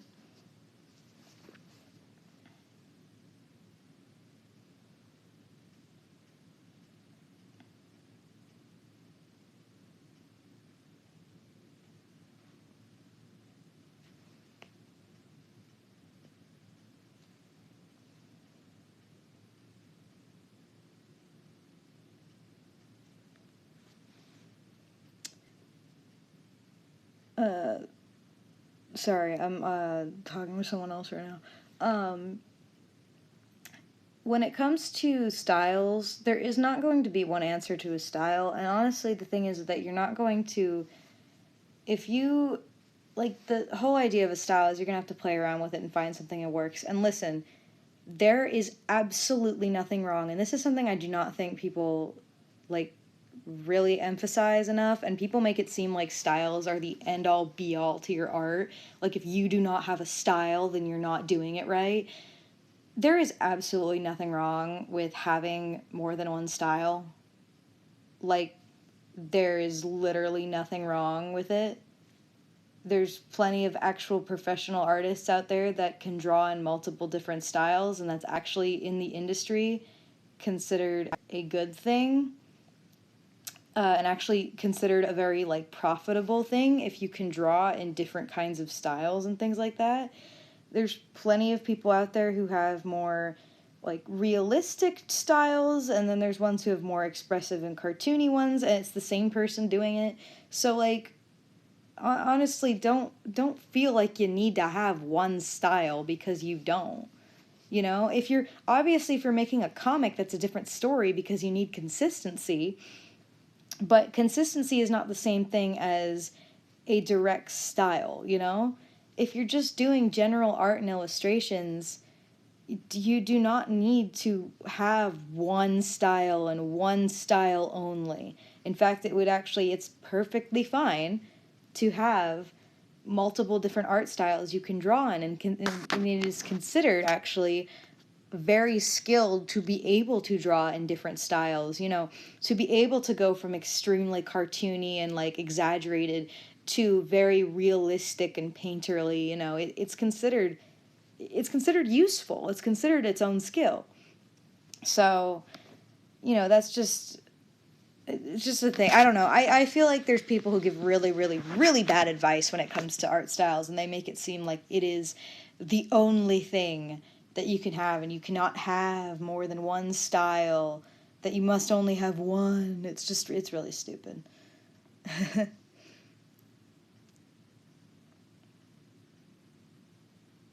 Okay. I'll at least line one more of these, maybe line in color if I get to that. So now that we've have this lovely lass done, we have some others here. We have 8 others here. So for anyone who is updated, anyone who's joined and has no idea what's happening, if you, I'm doing this, I'm drawing, like, friend and mutual OCs, just because some of these people, I watch them and they watch me, but, like, they probably wouldn't really consider me a friend because we haven't talked that much. So this is friend and mutual drawing OCs in my style or whatever. So if my screen would actually load. There it is. But yeah. So I have some others here. If you guys would like to help me pick out what I'm going to do next. So I have some here. So I have this one, which is by Mandracy, if I pronounced that correctly. I'm just going to try and remember these off the top of my head and hopefully not fail.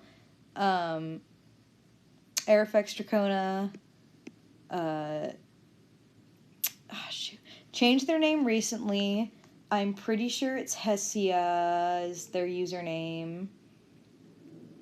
Let me go check real quick, because I can't remember off the top of my head. Again, they changed their name very recently, and I knew them as something very different, so I'm getting used to that.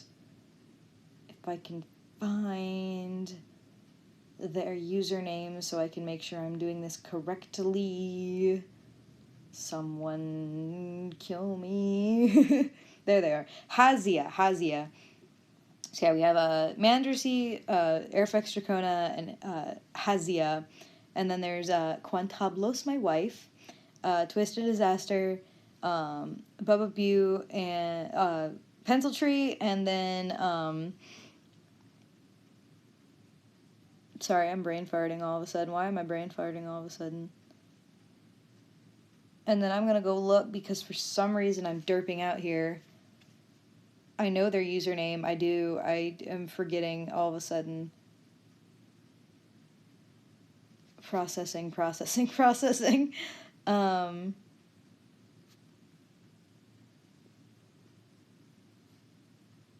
Sorry, this happens sometimes. I hate it when this happens, but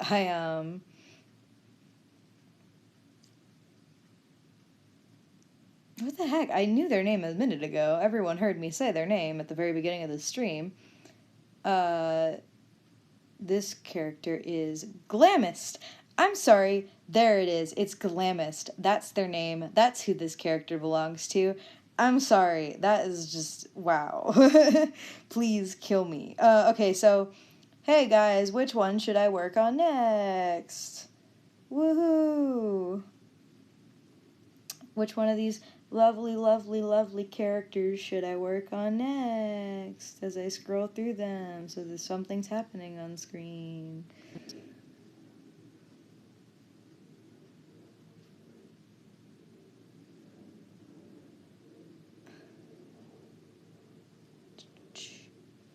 Do Plug Girl, Skeleton Anns, do Airfex Dracona, Quans, any of them,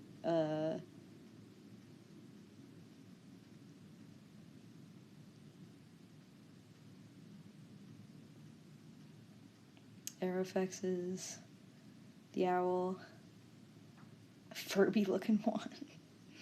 Oh no, that adorable foot, the one on screen I'm assuming you're referring to by the Furby one.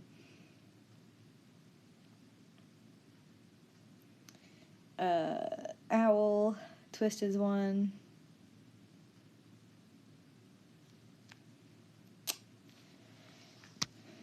Ah.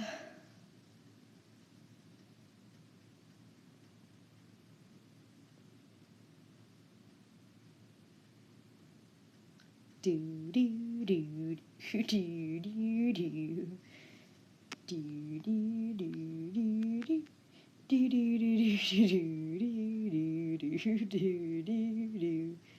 do do do do do do do. Well, I guess a lot said the Furby looking one, so I guess I'll do this one. Yeah, I like this one. I like this one a lot. I think this is a. Do not quote me on this. I think this is a species, a closed species. I think. That's I can never tell anymore, so don't quote me on that, but I think this is a closed species of some kind. They're very, very cute, whatever they are, but, like, I think they are. If I'm wrong, I'm sorry. But, yeah, I think they just look really, really neat. Either way, they look really, really neat, and I really wanted to draw it because it looked real pretty, and I like her a lot, so... Who's the artist again? The artist who owns her. It's a twom. Yeah, that's what they're called. Yeah. Twawams. I just remember they're like owl people that have mouths in their neck and all that sort of stuff under all their massive feathery fur. They're like bear owls or whatever. The artist is Mandercy. They have their signature right here. So it's Mander, S-I-E, and hopefully I'm pronouncing it correctly. But yeah, we've done some art trades. I've commissioned them before. They do really great work. So I'm drawing her baby. Tom. I don't know. I mean, that's the thing. That's always the thing with these things. It's like they have names that look like they're easy, and then like you actually try and say them, and you're like, oh no.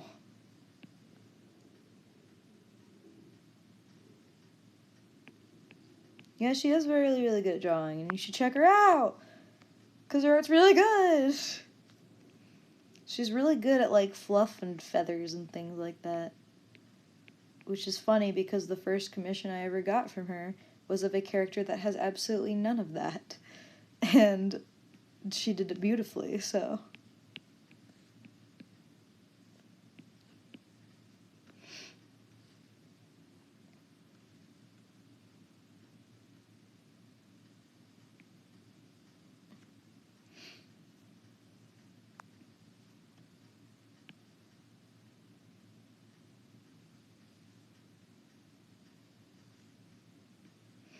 Yeah, I'm sure you could look them up on DA. They're a really interesting little species. There's a lot of things that I see, I'm like, oh, those look cool, and then they're a closed species, and I'm like, oh no. Because I just, like, it's not a bad thing at all, it's fine. I just, I always get misled because I guess I mislead myself because I think, like, oh, look at this cool species someone made, and then it turns out they didn't make them, and it's a closed species, and I'm like, oh, whoops, my bad.